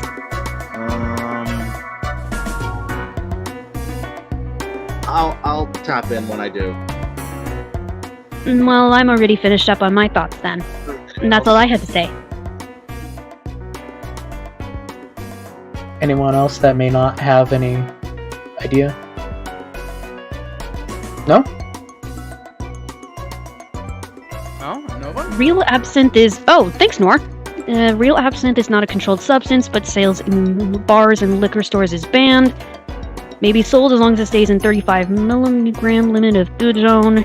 Absinthe completely legal in Canada? What the fuck? What's absinthe, anyways? It's sort of a distilled alcohol that's made with wormwood. Damn. Kids will be drinking worms. Well, it's also got a 68% alcoholic content. It is very strong. Very. Also, So strong it would shut you up in an instant. Stronger than Also, if vodka? you made it bad, you have Cruise, I'm hallucinogenic talking, prep. please! Thank you. Hey, So, is it like stronger than vodka? That depends on what sort of vodka you drink. Wait, what do you mean isn't that strong, Zaz? That shit set my throat on fire. Like I said, True absinthe is often said to be at least 68% proof alcohol, Jesus Christ. which rubbing means alcohol? if Kinzo is actual alcohol. So, if that's the case, then Kinzo is getting completely slammed every time he drinks a cup. Kinzo be like, Genji, get me the fucking rubbing alcohol.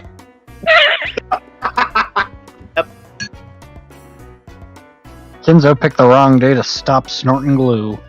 He gets a genetic property from it. That's the reason why It takes a fucking, just does a I whole love your thing play. of glue and just goes, oh, Beatrice! Yes, he sees most of Beatrice while The glue drinking bottle is my friend!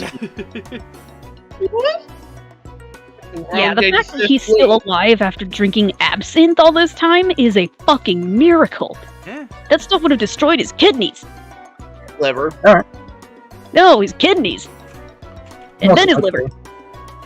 Listen, Mhm. Kinzo's just built differently. I'm simply built different. I said that God twice. damn it, obey the laws of biology! Green, isn't it? Obey the laws of biology! Obey the laws of biology! I was hoping other people would chime in on that one. I'm Damn like it. a No, reference. I'm good. Oh, damn it. Alright, so, So, I guess anything that- else to go off of, I guess? yeah, if there's nothing else, I guess we can wrap it up then. Alright, cool.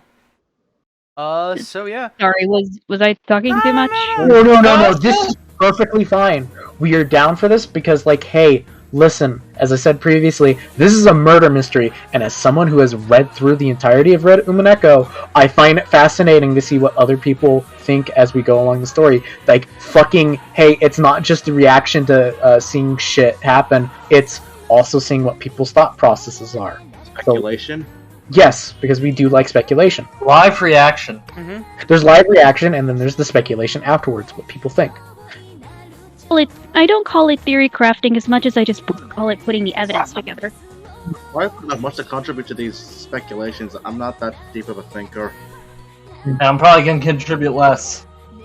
I'll probably will later on. Hopefully after this episode. After you only read Second episode 1, episode. right, Crimson? Yeah, I read the first episode, but nothing afterwards. Alright.